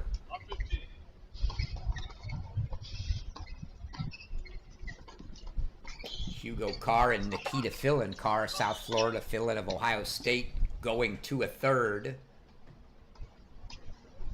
Santi Giamichel. Seems like forever ago we said he was up 5-love in the third on Spencer Johnson. That shows 5-3 now. Don't know if that's actually current or not.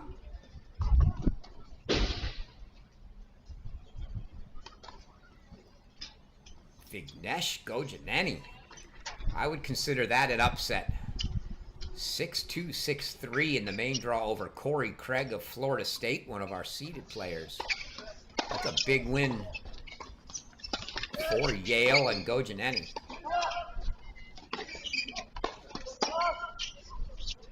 And Forbes is going to kick us off here in the third.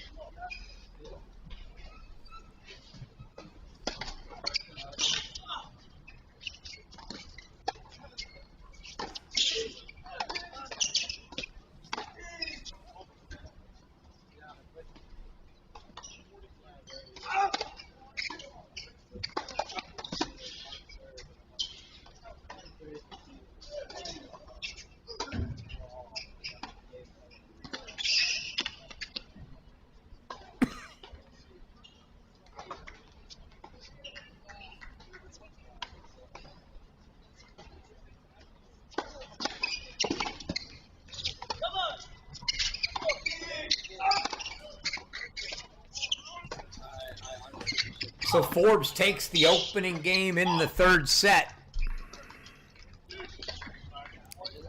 First two sets have started with 5 straight holds. Let's see if we get a series of holds to start the third here.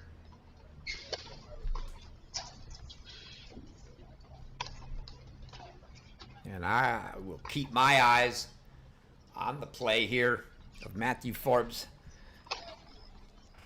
to see if we indeed get some big points and see how he's playing them.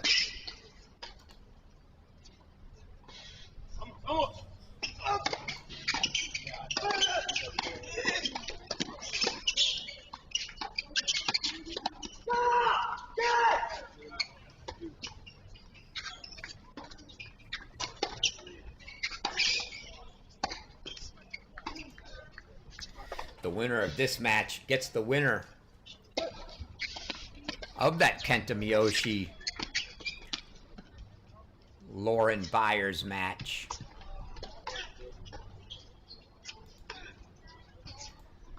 That I feel like ought to be further along than the score shows, and maybe it is. Which hasn't been updated.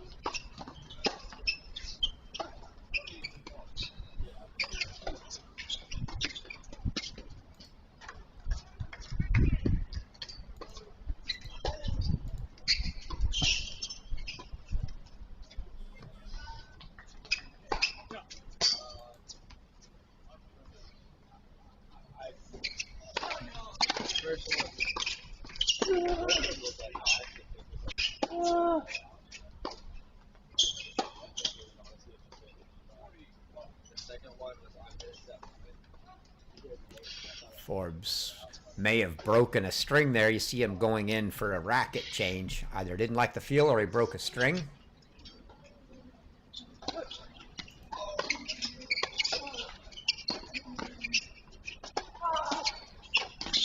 Gonna go take a look at that Kenta Miyoshi. Yeah, that score is behind online. They've gone to a third. Kenta Miyoshi.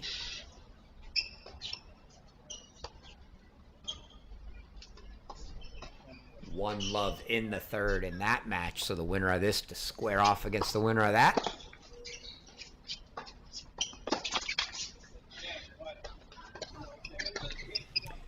And a couple quick holds to start the third. Trevor Svajda makes it 1-all.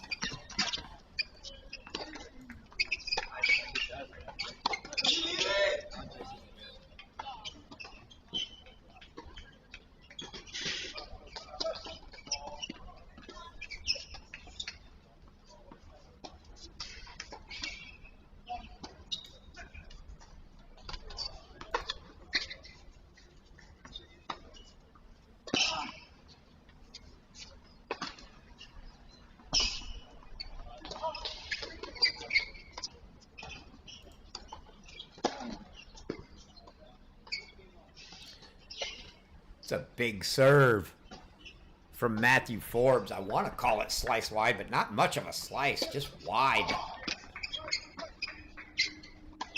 Got a lot of pace on that.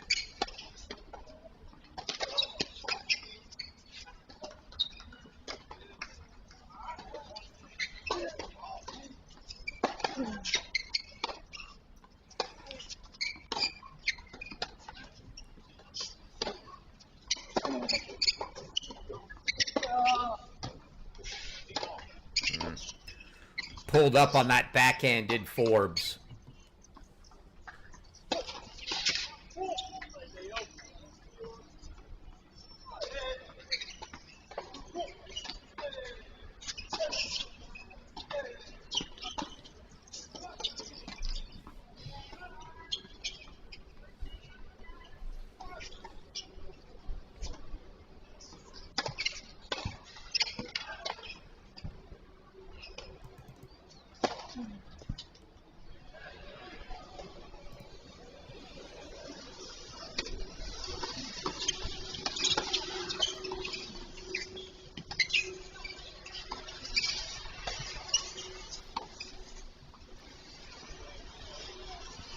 We'll see which player ends up having to face the first break point in the third here, or the first pressure spot on serve.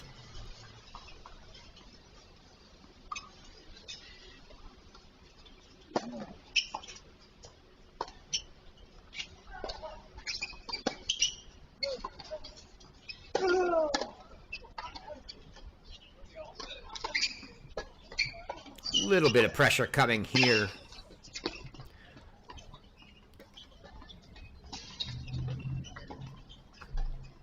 For Forbes on his serve, 30-all, 1-all.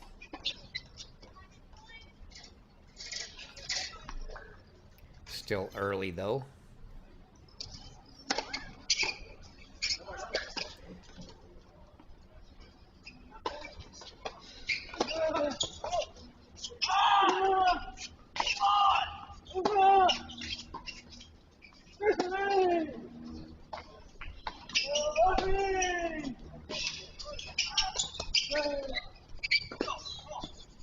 Wow. Svajda almost made him pay anyway, but what a great point from Forbes there. Worked him corner to corner. A couple of really good balls, but Svajda almost got the forehand on the run for the pass.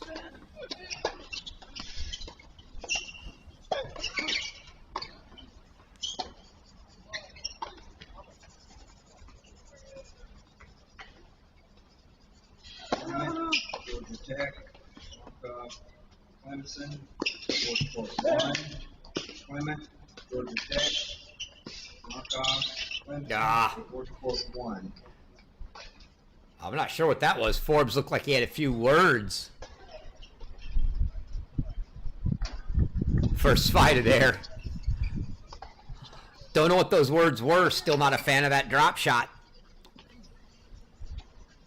And that's going to bring up a big deciding point.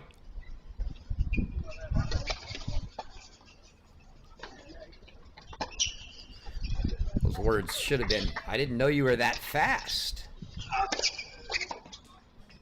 Which he should know. So let's see what Forbes has got here on the deuce deciding point.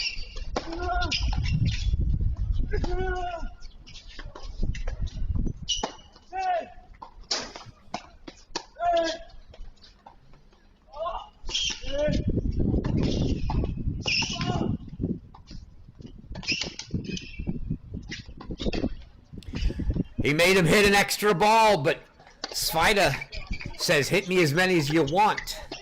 And he puts away the overhead in the first break of the third. Goes the way of the SMU Mustang, and Trevor Svajda takes a 2-1 lead in the third set.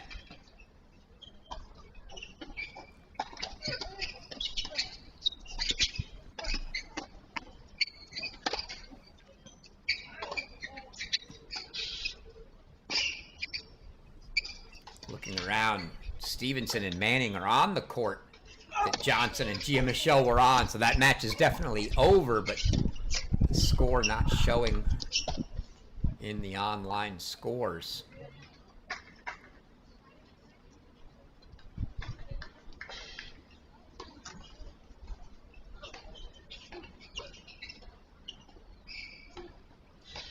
A lot of doubles action still to come today here, both Tulsa and Cary. All those individual court streams available. If you've got a favorite player, person, team you are looking to follow, you can catch those. Or you can catch Alex Gruskin on our other stream on the Cross Court Cast, who's got action from both sites, all matches popping in and out. Or stay here with us and watch the conclusion of Trevor Svajda and Matthew Forbes. As Svajda now to serve 2-1 up a break in the third.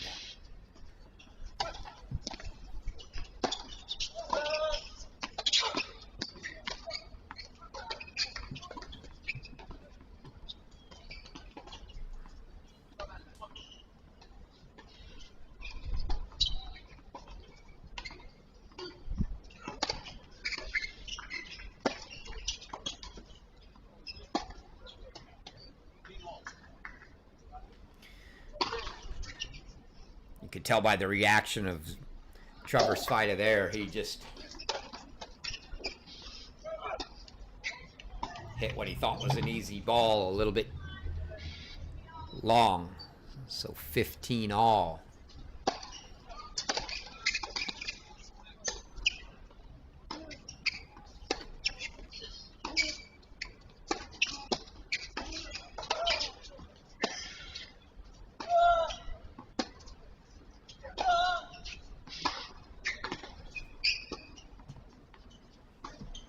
Forbes returns the favor, sends the backhand long. Unforced error.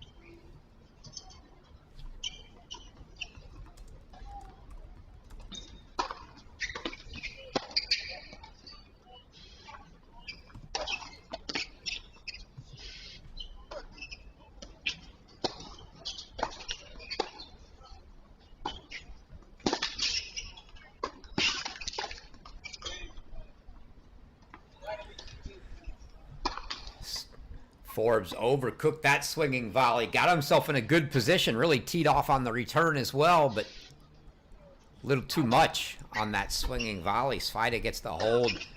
Consolidates the break for 3-1.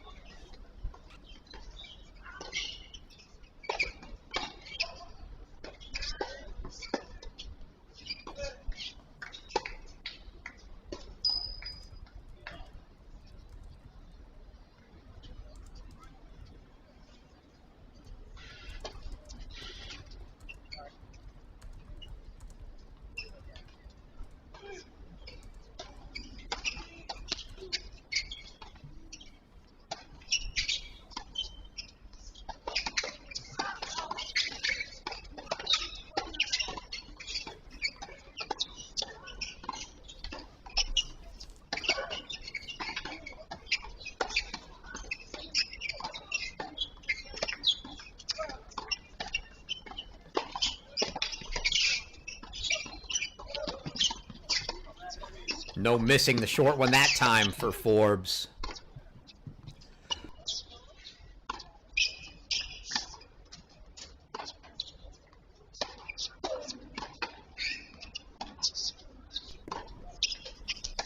Must holds for him now. Down a break in the third already.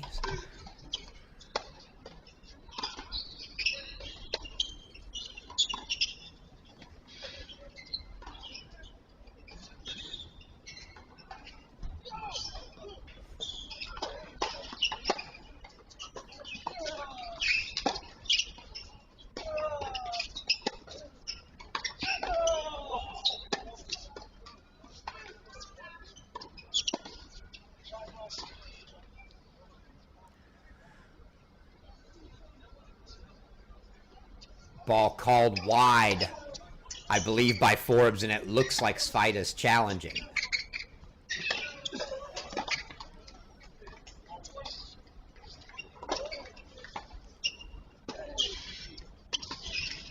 And it looks like it was indeed wide.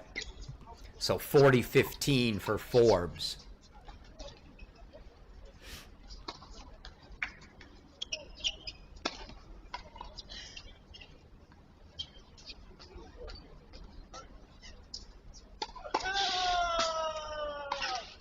And that's an ace for Matthew Forbes. So he holds for 2-3. Keeps it to that single break deficit.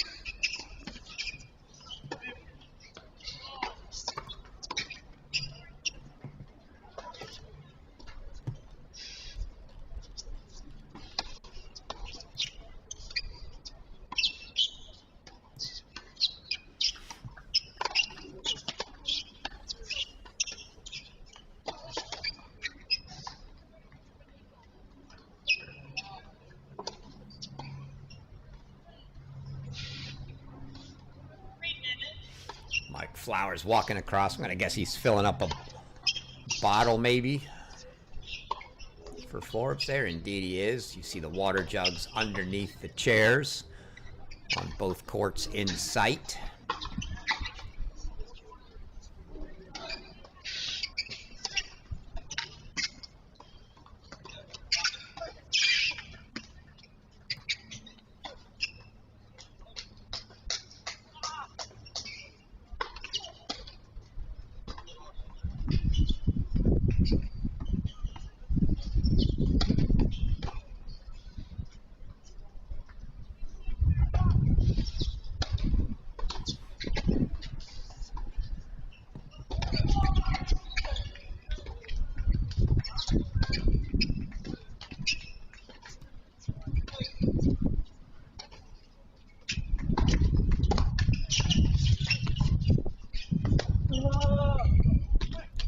Oh, beautiful pass.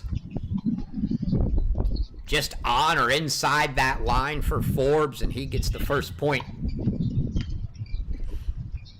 on the Svajda 3-2 service game. He's got to find a break here sometime, so good way to start this game for Forbes. That forehand just catching what looked like the inside of that line.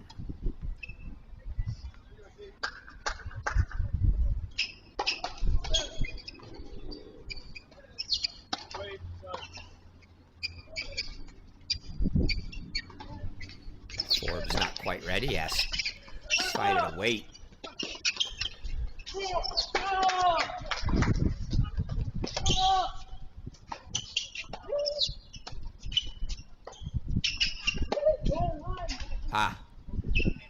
Played such a good point and then mistimed that ball, did Forbes, so Svajda gets it to 15 all, and a ball rolled out in the middle of the court there.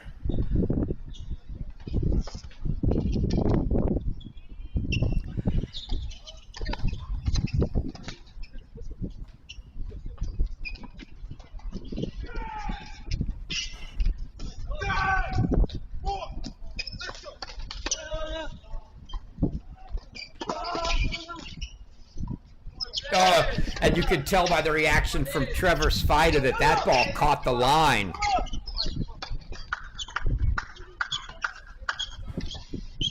And even if it didn't, it was close enough that he couldn't call it out, because, as we've already established, his next overrule is a game penalty.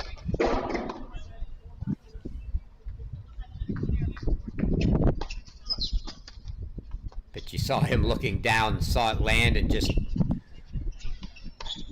dropped the head. Couldn't believe it.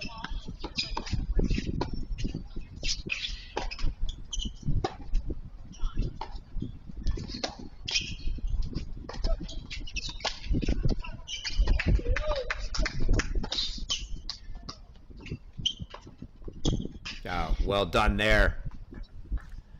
Good setup from Trevor Svajda. See if we get another look at that one. Yeah, you see that ball wide. Inside out forehand pushing Forbes all the way out off the court, and then puts that one away. Down the line, so 30 all now.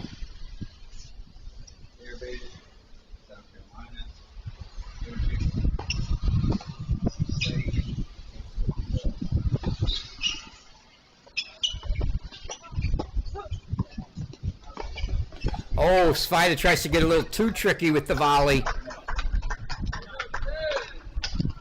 And puts it in the net, and now Forbes has got a couple break chances to try to get this one back on serve.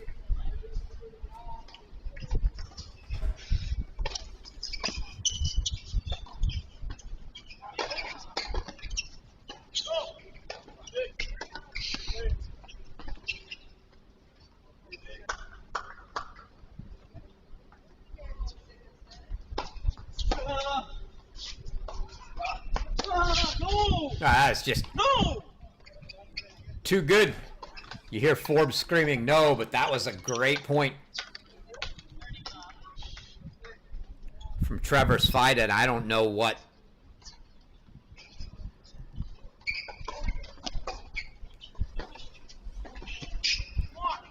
Forbes could have done about that.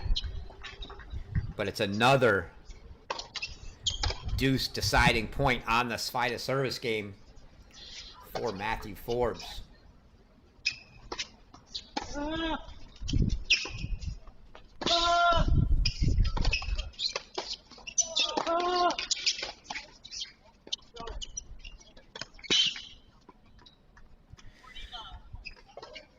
And that ball deep, I do believe Forbes is going to challenge, but Svajda confident enough that that ball was deep.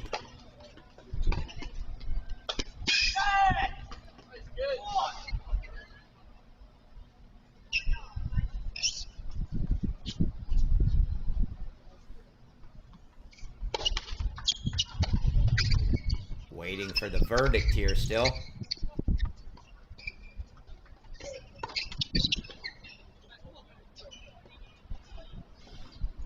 Looks like the call stands. So Svajda gets the hold for 4-2 and had a couple deuce games now, and Forbes will try to regroup here after having several break opportunities.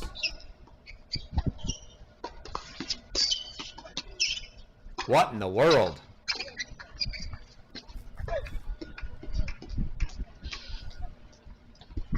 Svajda waited and waited and waited for that, and then still swung early and just caught the ball top of the frame, and it sailed long.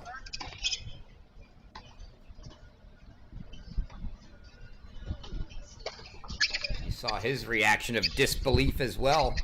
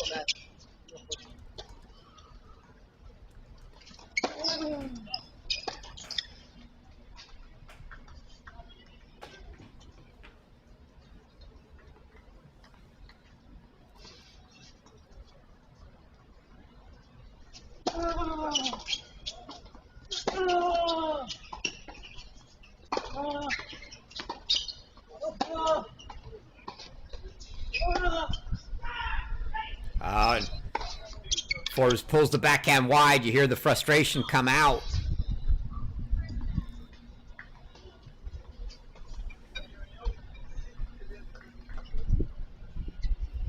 There's now the serve. Going to be uber important. See how he handles this at 15:30. Already down a break 2-4 in the third.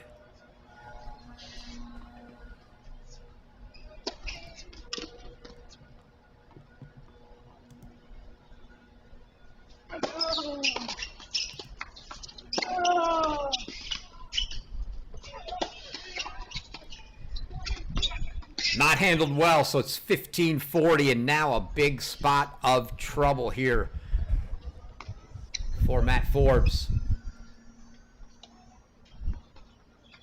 Certainly not over if he goes down double break, but not a spot he wants to be in. So needs to find a hold here, and not even going to go move that ball. Don't like that.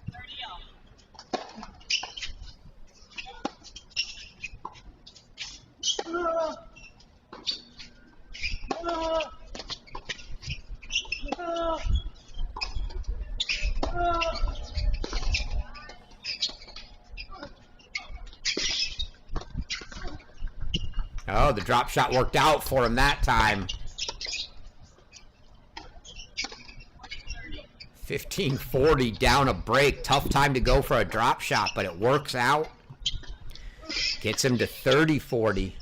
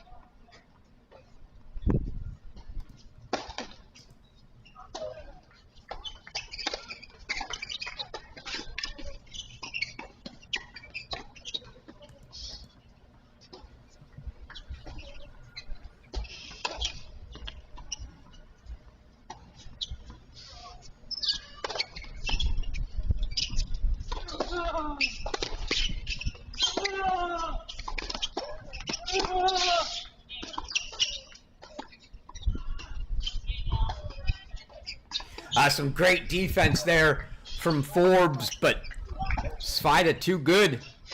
Pushes that backhand down the line for another break.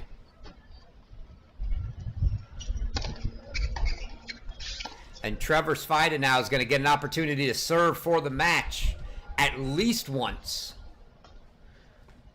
5-2 double break lead here.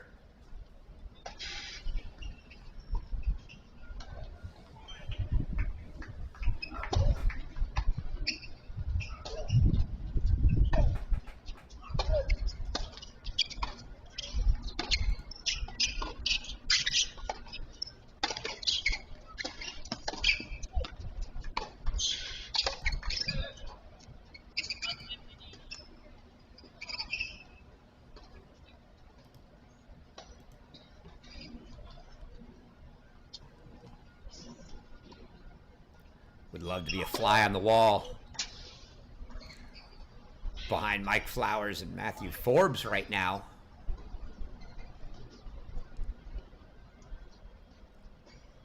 See what kind of words of encouragement or advice he's got, but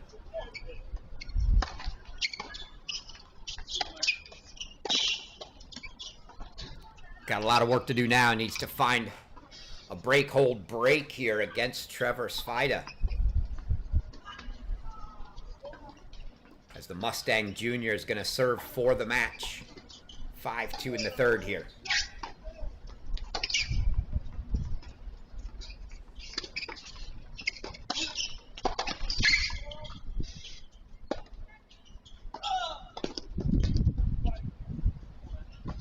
Just wide, so the first point to Forbes.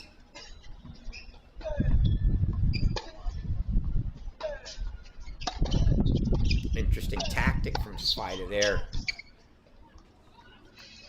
He's definitely been getting the better of the rally points here lately.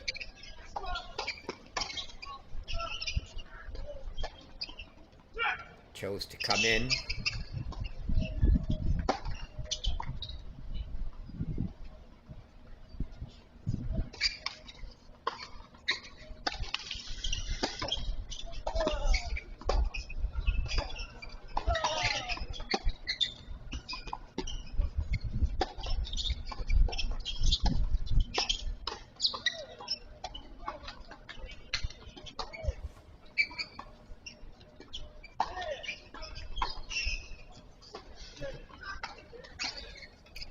Ball just deep, so a love 30 look for Forbes. Svajda probably telling himself this is why I got the double break lead, but he's not going to want to give this up that easy.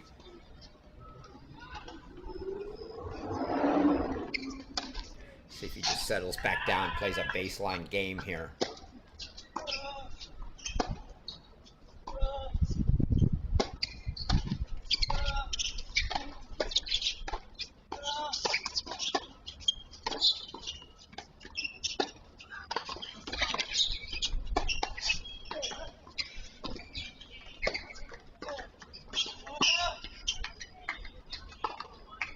Just hammering that backhand corner of Forbes is Trevor Svajda. Kept getting more dangerously close to that sideline. One of them may have been on it, but eventually draws the backhand into the net. So 15-30 now.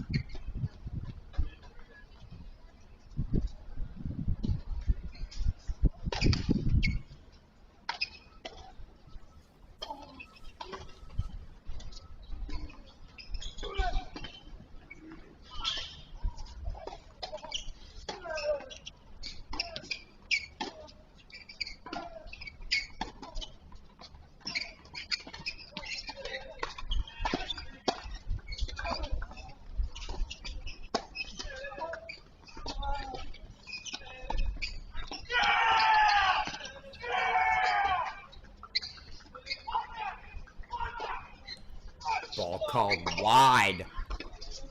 Look at it. Doesn't look like Forbes is challenging, so must have clearly been wide. I thought the initial scream we heard may have been coming from Forbes on a break, but no.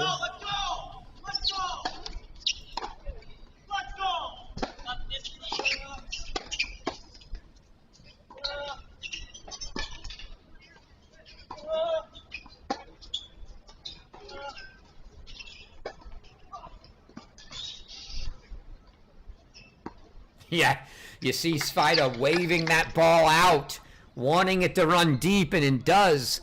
And that's going to bring up a deciding point, match point here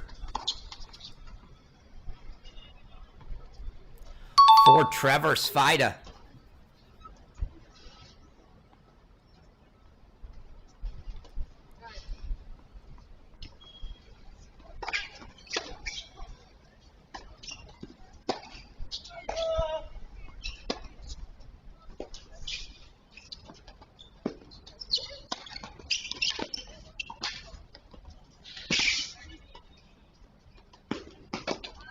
And the drop shot, ill-advised. I'm not sure why we keep going to it, but Forbes covers it easy.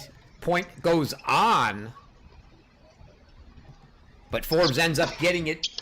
So one break back for Matthew Forbes. Now comes the hold, and should he get that, he's got to find another break, but step one down. Belovic, Arkansas. There's on Princeton, court 8. Belovic, Arkansas. There's on Princeton, court 8. So let's see if Forbes can continue the momentum off the break here and get his hold.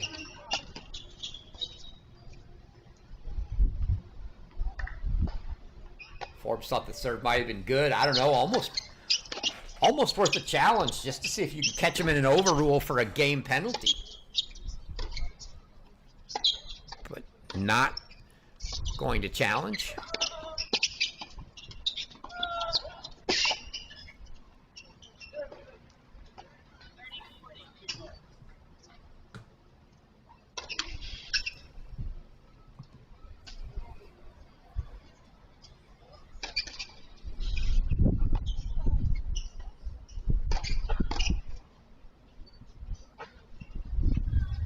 Hear a little bit of wind, not noticing it too much on the umbrellas or anything else, but you can hear it in the camera.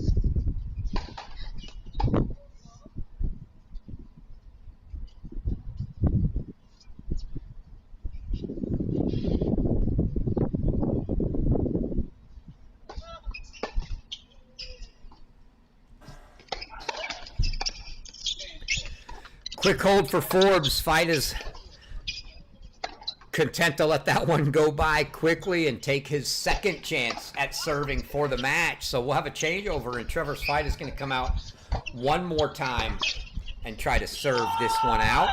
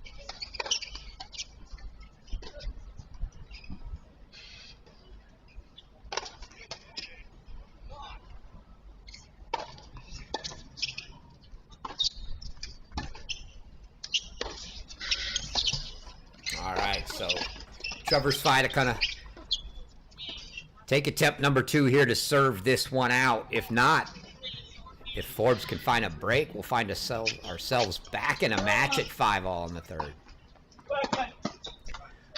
And Svajda sends the first forehand long.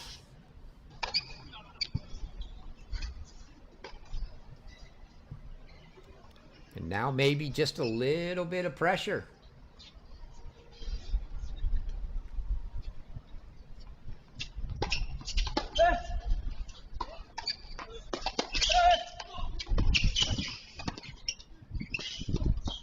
Oh, that's so pretty. That was a tough ball to handle. Forbes made a good attempt to pass down low on the backhand side. And we get a look at that from Trevor Svajda here. Approach. Here's this ball down low. Just a nice cross-court finesse volley there from Trevor Svajda.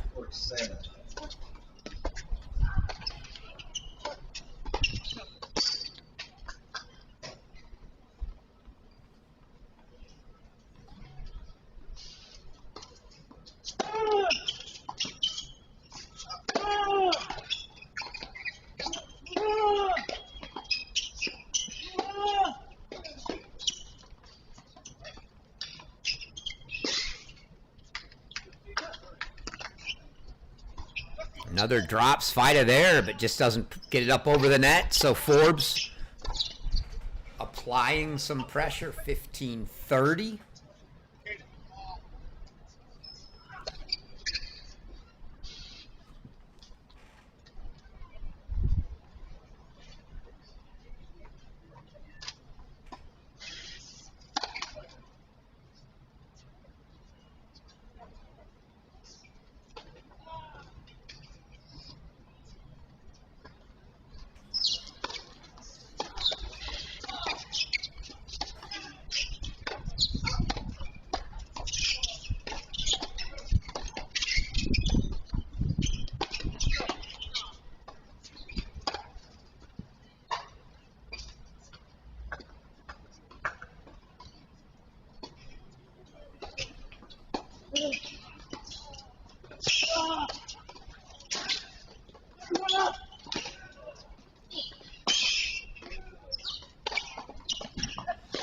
Oh, you gotta be kidding me.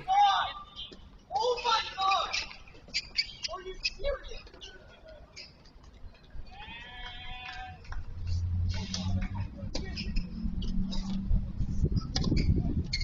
What's the argument here?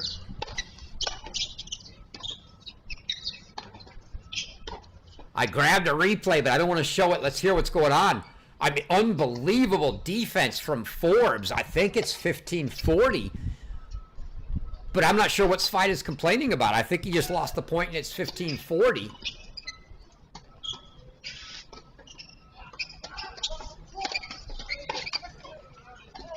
He can't be complaining about anything other than some sort of overruled penalty. I'm not sure.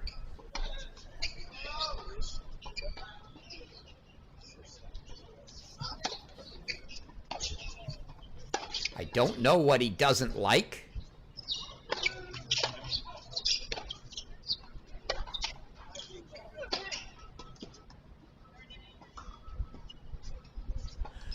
Was that I believe that was some sort of code and a game penalty for 5-all.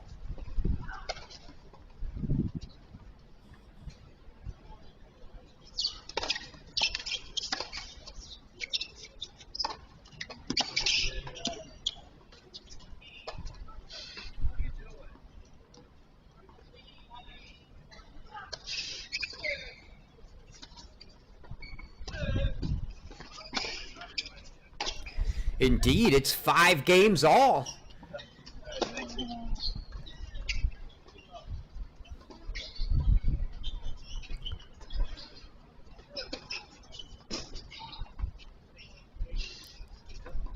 I did not see what that code violation would have been.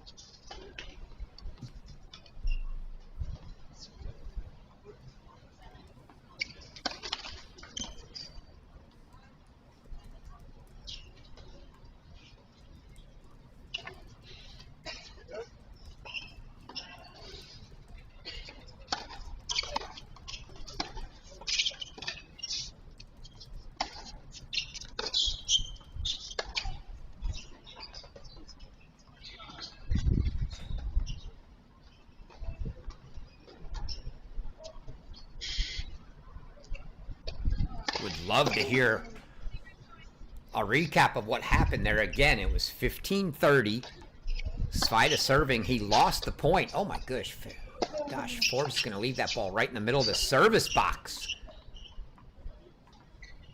And Svajda just sails the return for 40 love. Looked like he just lost the point for 15-40, and he said, "Are you kidding me?"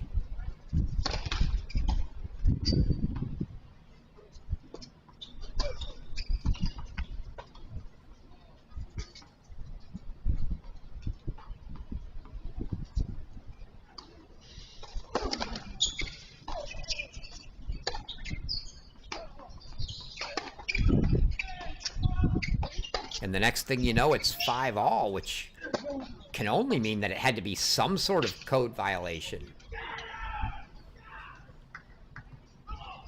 And I didn't see anything to be overruled.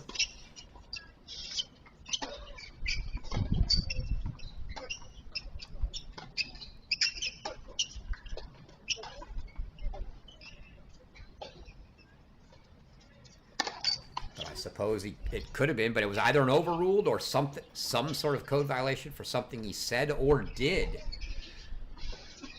Still not sure.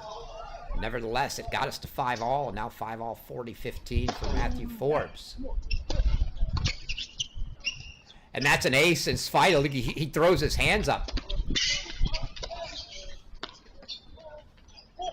I don't think he could. Oh, he called it out. Wow, what a dangerous call. And is Forbes not going to challenge? Doesn't look like it. I would have to think that another overrule would be a match default here, which we've seen 2 of already.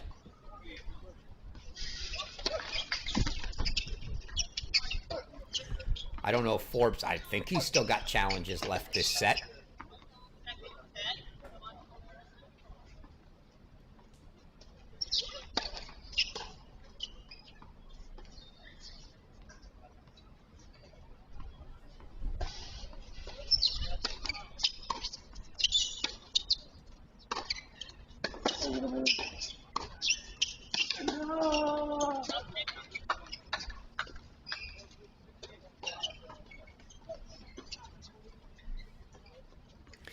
So Forbes now from 5-2 down has come back. 5-2 double breakdown, and he leads 6-5.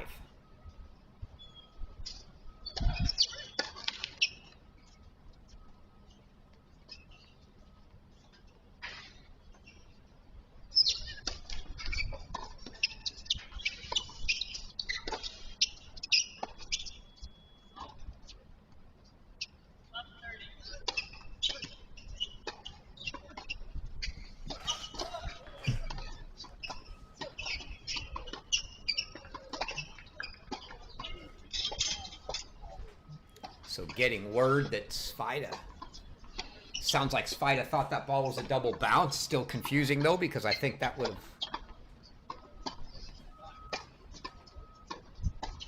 have... so he thought it was a double bounce.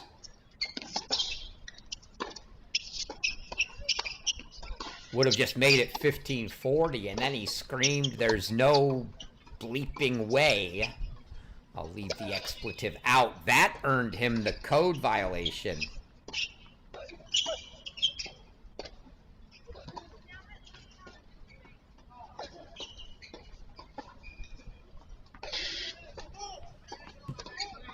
And the game penalty to make it 5-all.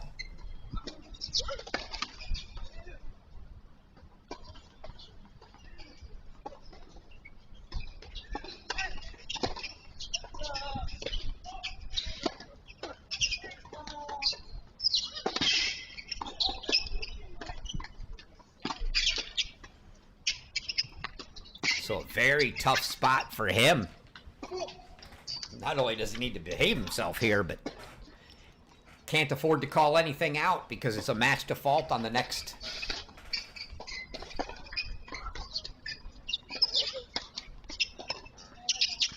Next code violation, whether that be code or an overrule.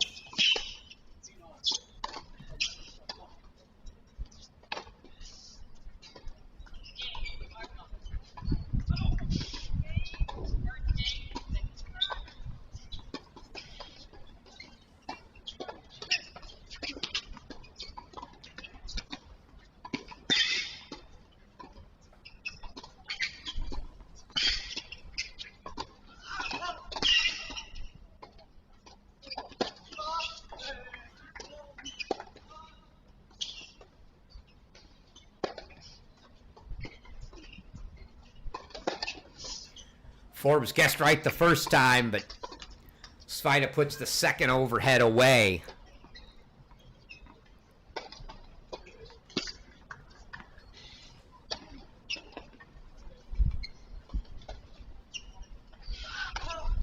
And if he can find his way into a tie break here.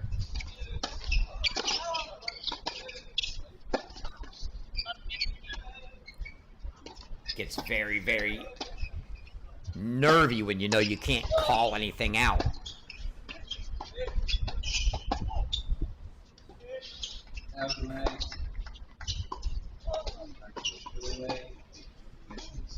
And he's on his way, 40-15 now. 3 game points and a chance to send this to a third set breaker.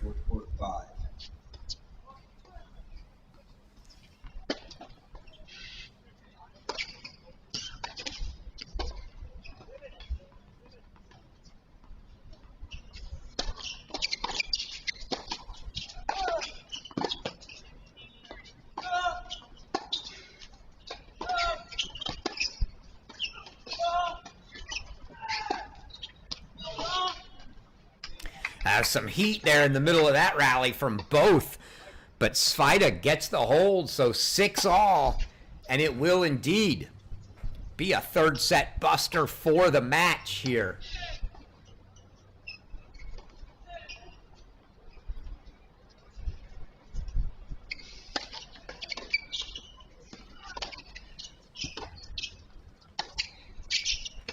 Seven-point tie break, first to 7, win by 2.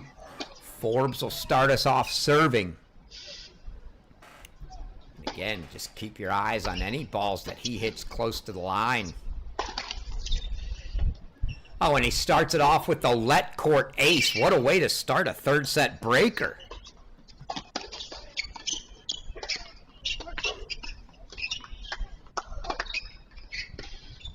Let's go.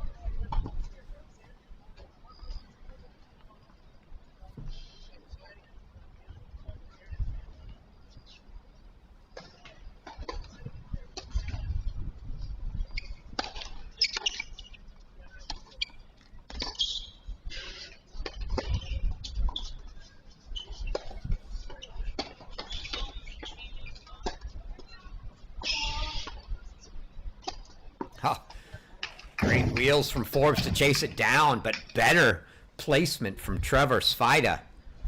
Corner to corner he moves Forbes. Kept his composure well. 1-all in the breaker.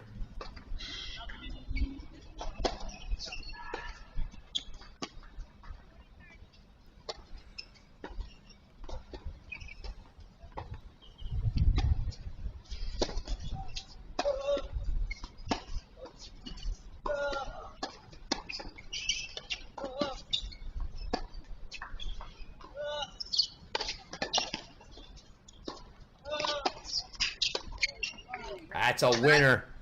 Down the line from Forbes. First mini break.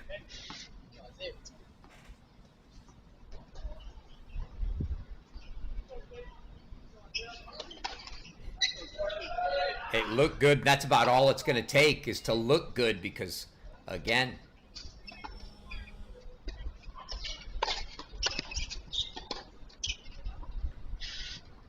Svajda just can't really afford to call anything out. I mean, unless he gets to the point where he's down a match point, and it would be a loss anyway. He's got to play everything.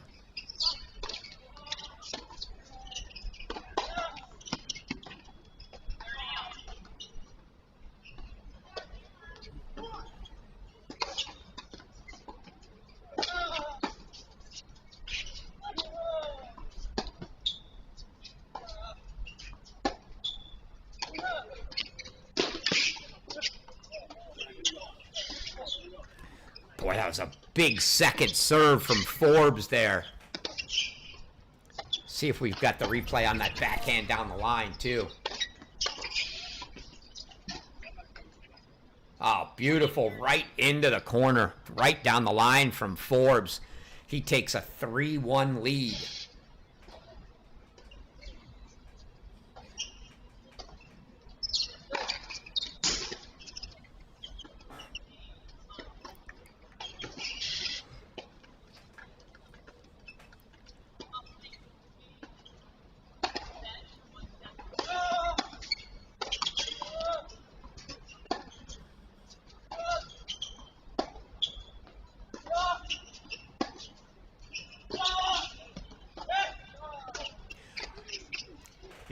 He did call that one out, probably the point where he's got to now, but that did look wide. I don't think there's any question there.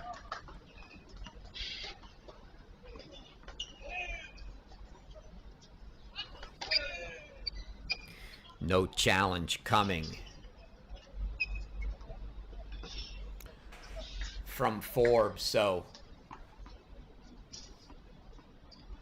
3-2, Svajda gets it back on serve.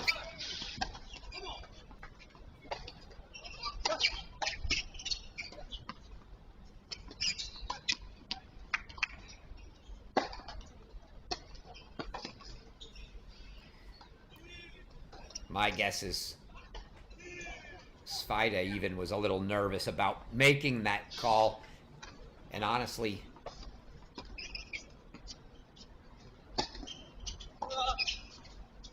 if I'm Forbes, I might take a shot at the challenge anyway.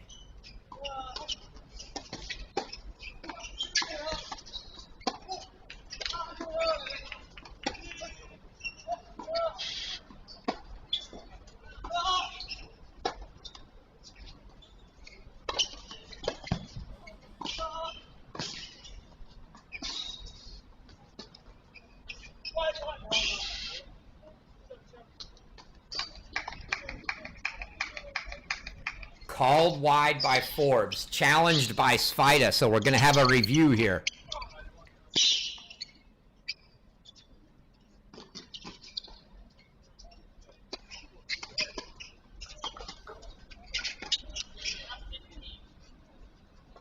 Boy, I wish we had mics on the chair. Can't hear them.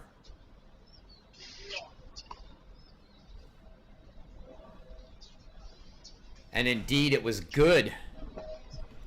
So the challenge from Svajda results in an overrule. Luckily for Forbes, his first of the match, so no point penalty. Now 3-all. So overrules at this point would be a point penalty to Forbes and a match default to Svajda.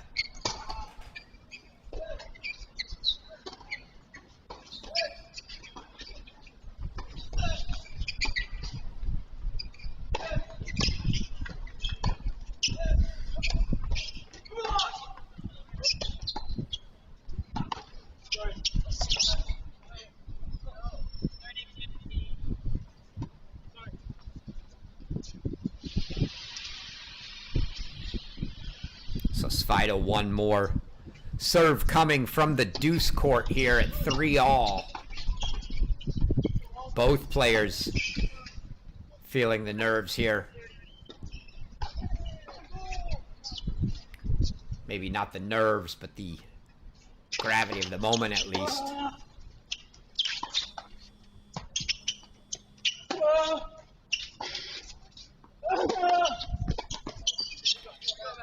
That's a winner.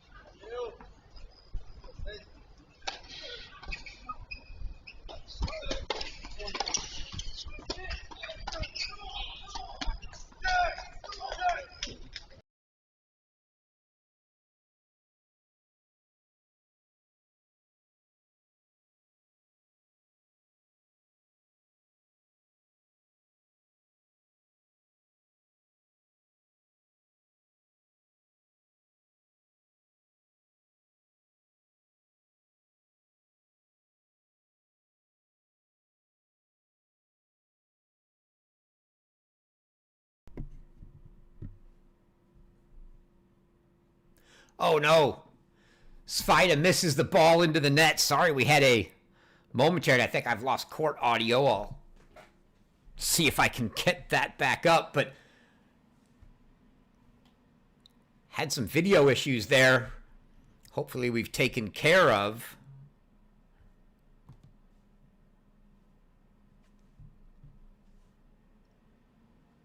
But Forbes has taken a 5-4 lead.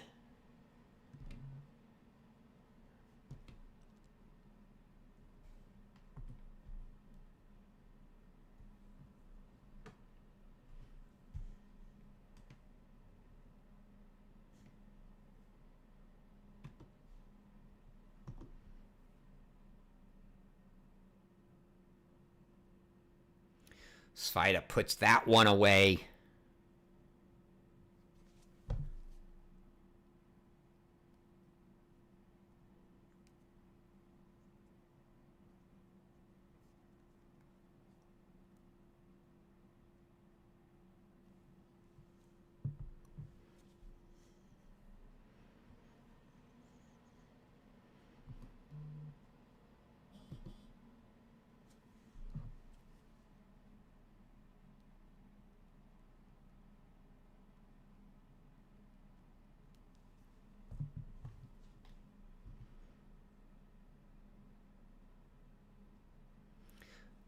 Puts that one away as well. So Svajda now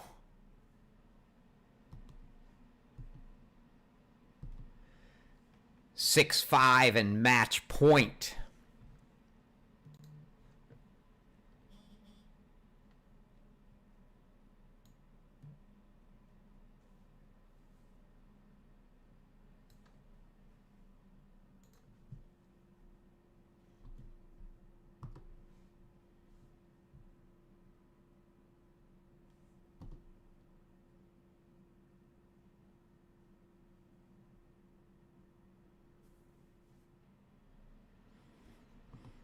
Make it 6-all. They're going to change ends now.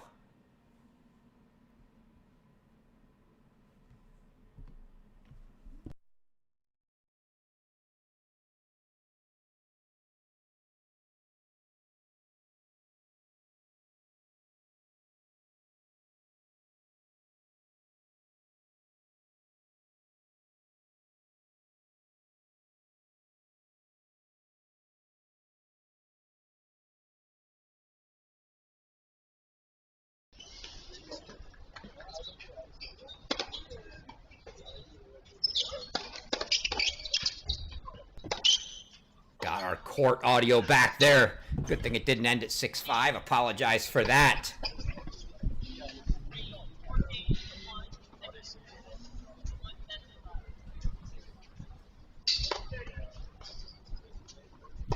Six all in a third set breaker now.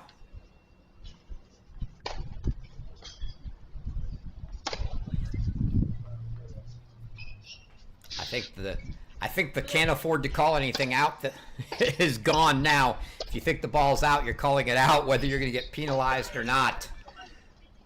One serve left for Forbes here from the far end.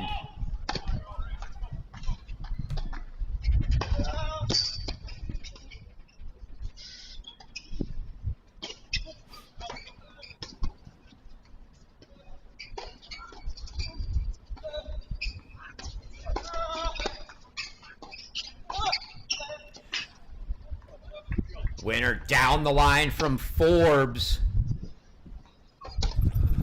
One more look at that. That's going to bring up a match point for him now.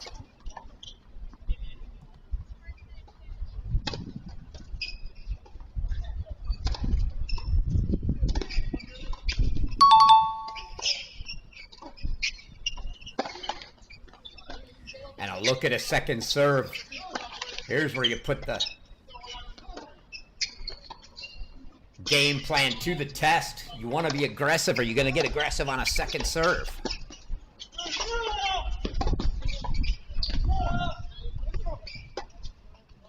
He did, and it works out. Matthew Forbes. 7-6 in the third. No love lost in the handshake there. Forbes goes over to shake the hand of the chair. Svajda straight to the bench. Matthew Forbes, 7-6, 3-6, 7-6 over Trevor Svajda, and the Michigan State Spartan is through to the round of 16, and Svajda grabs his stuff, and he is gone.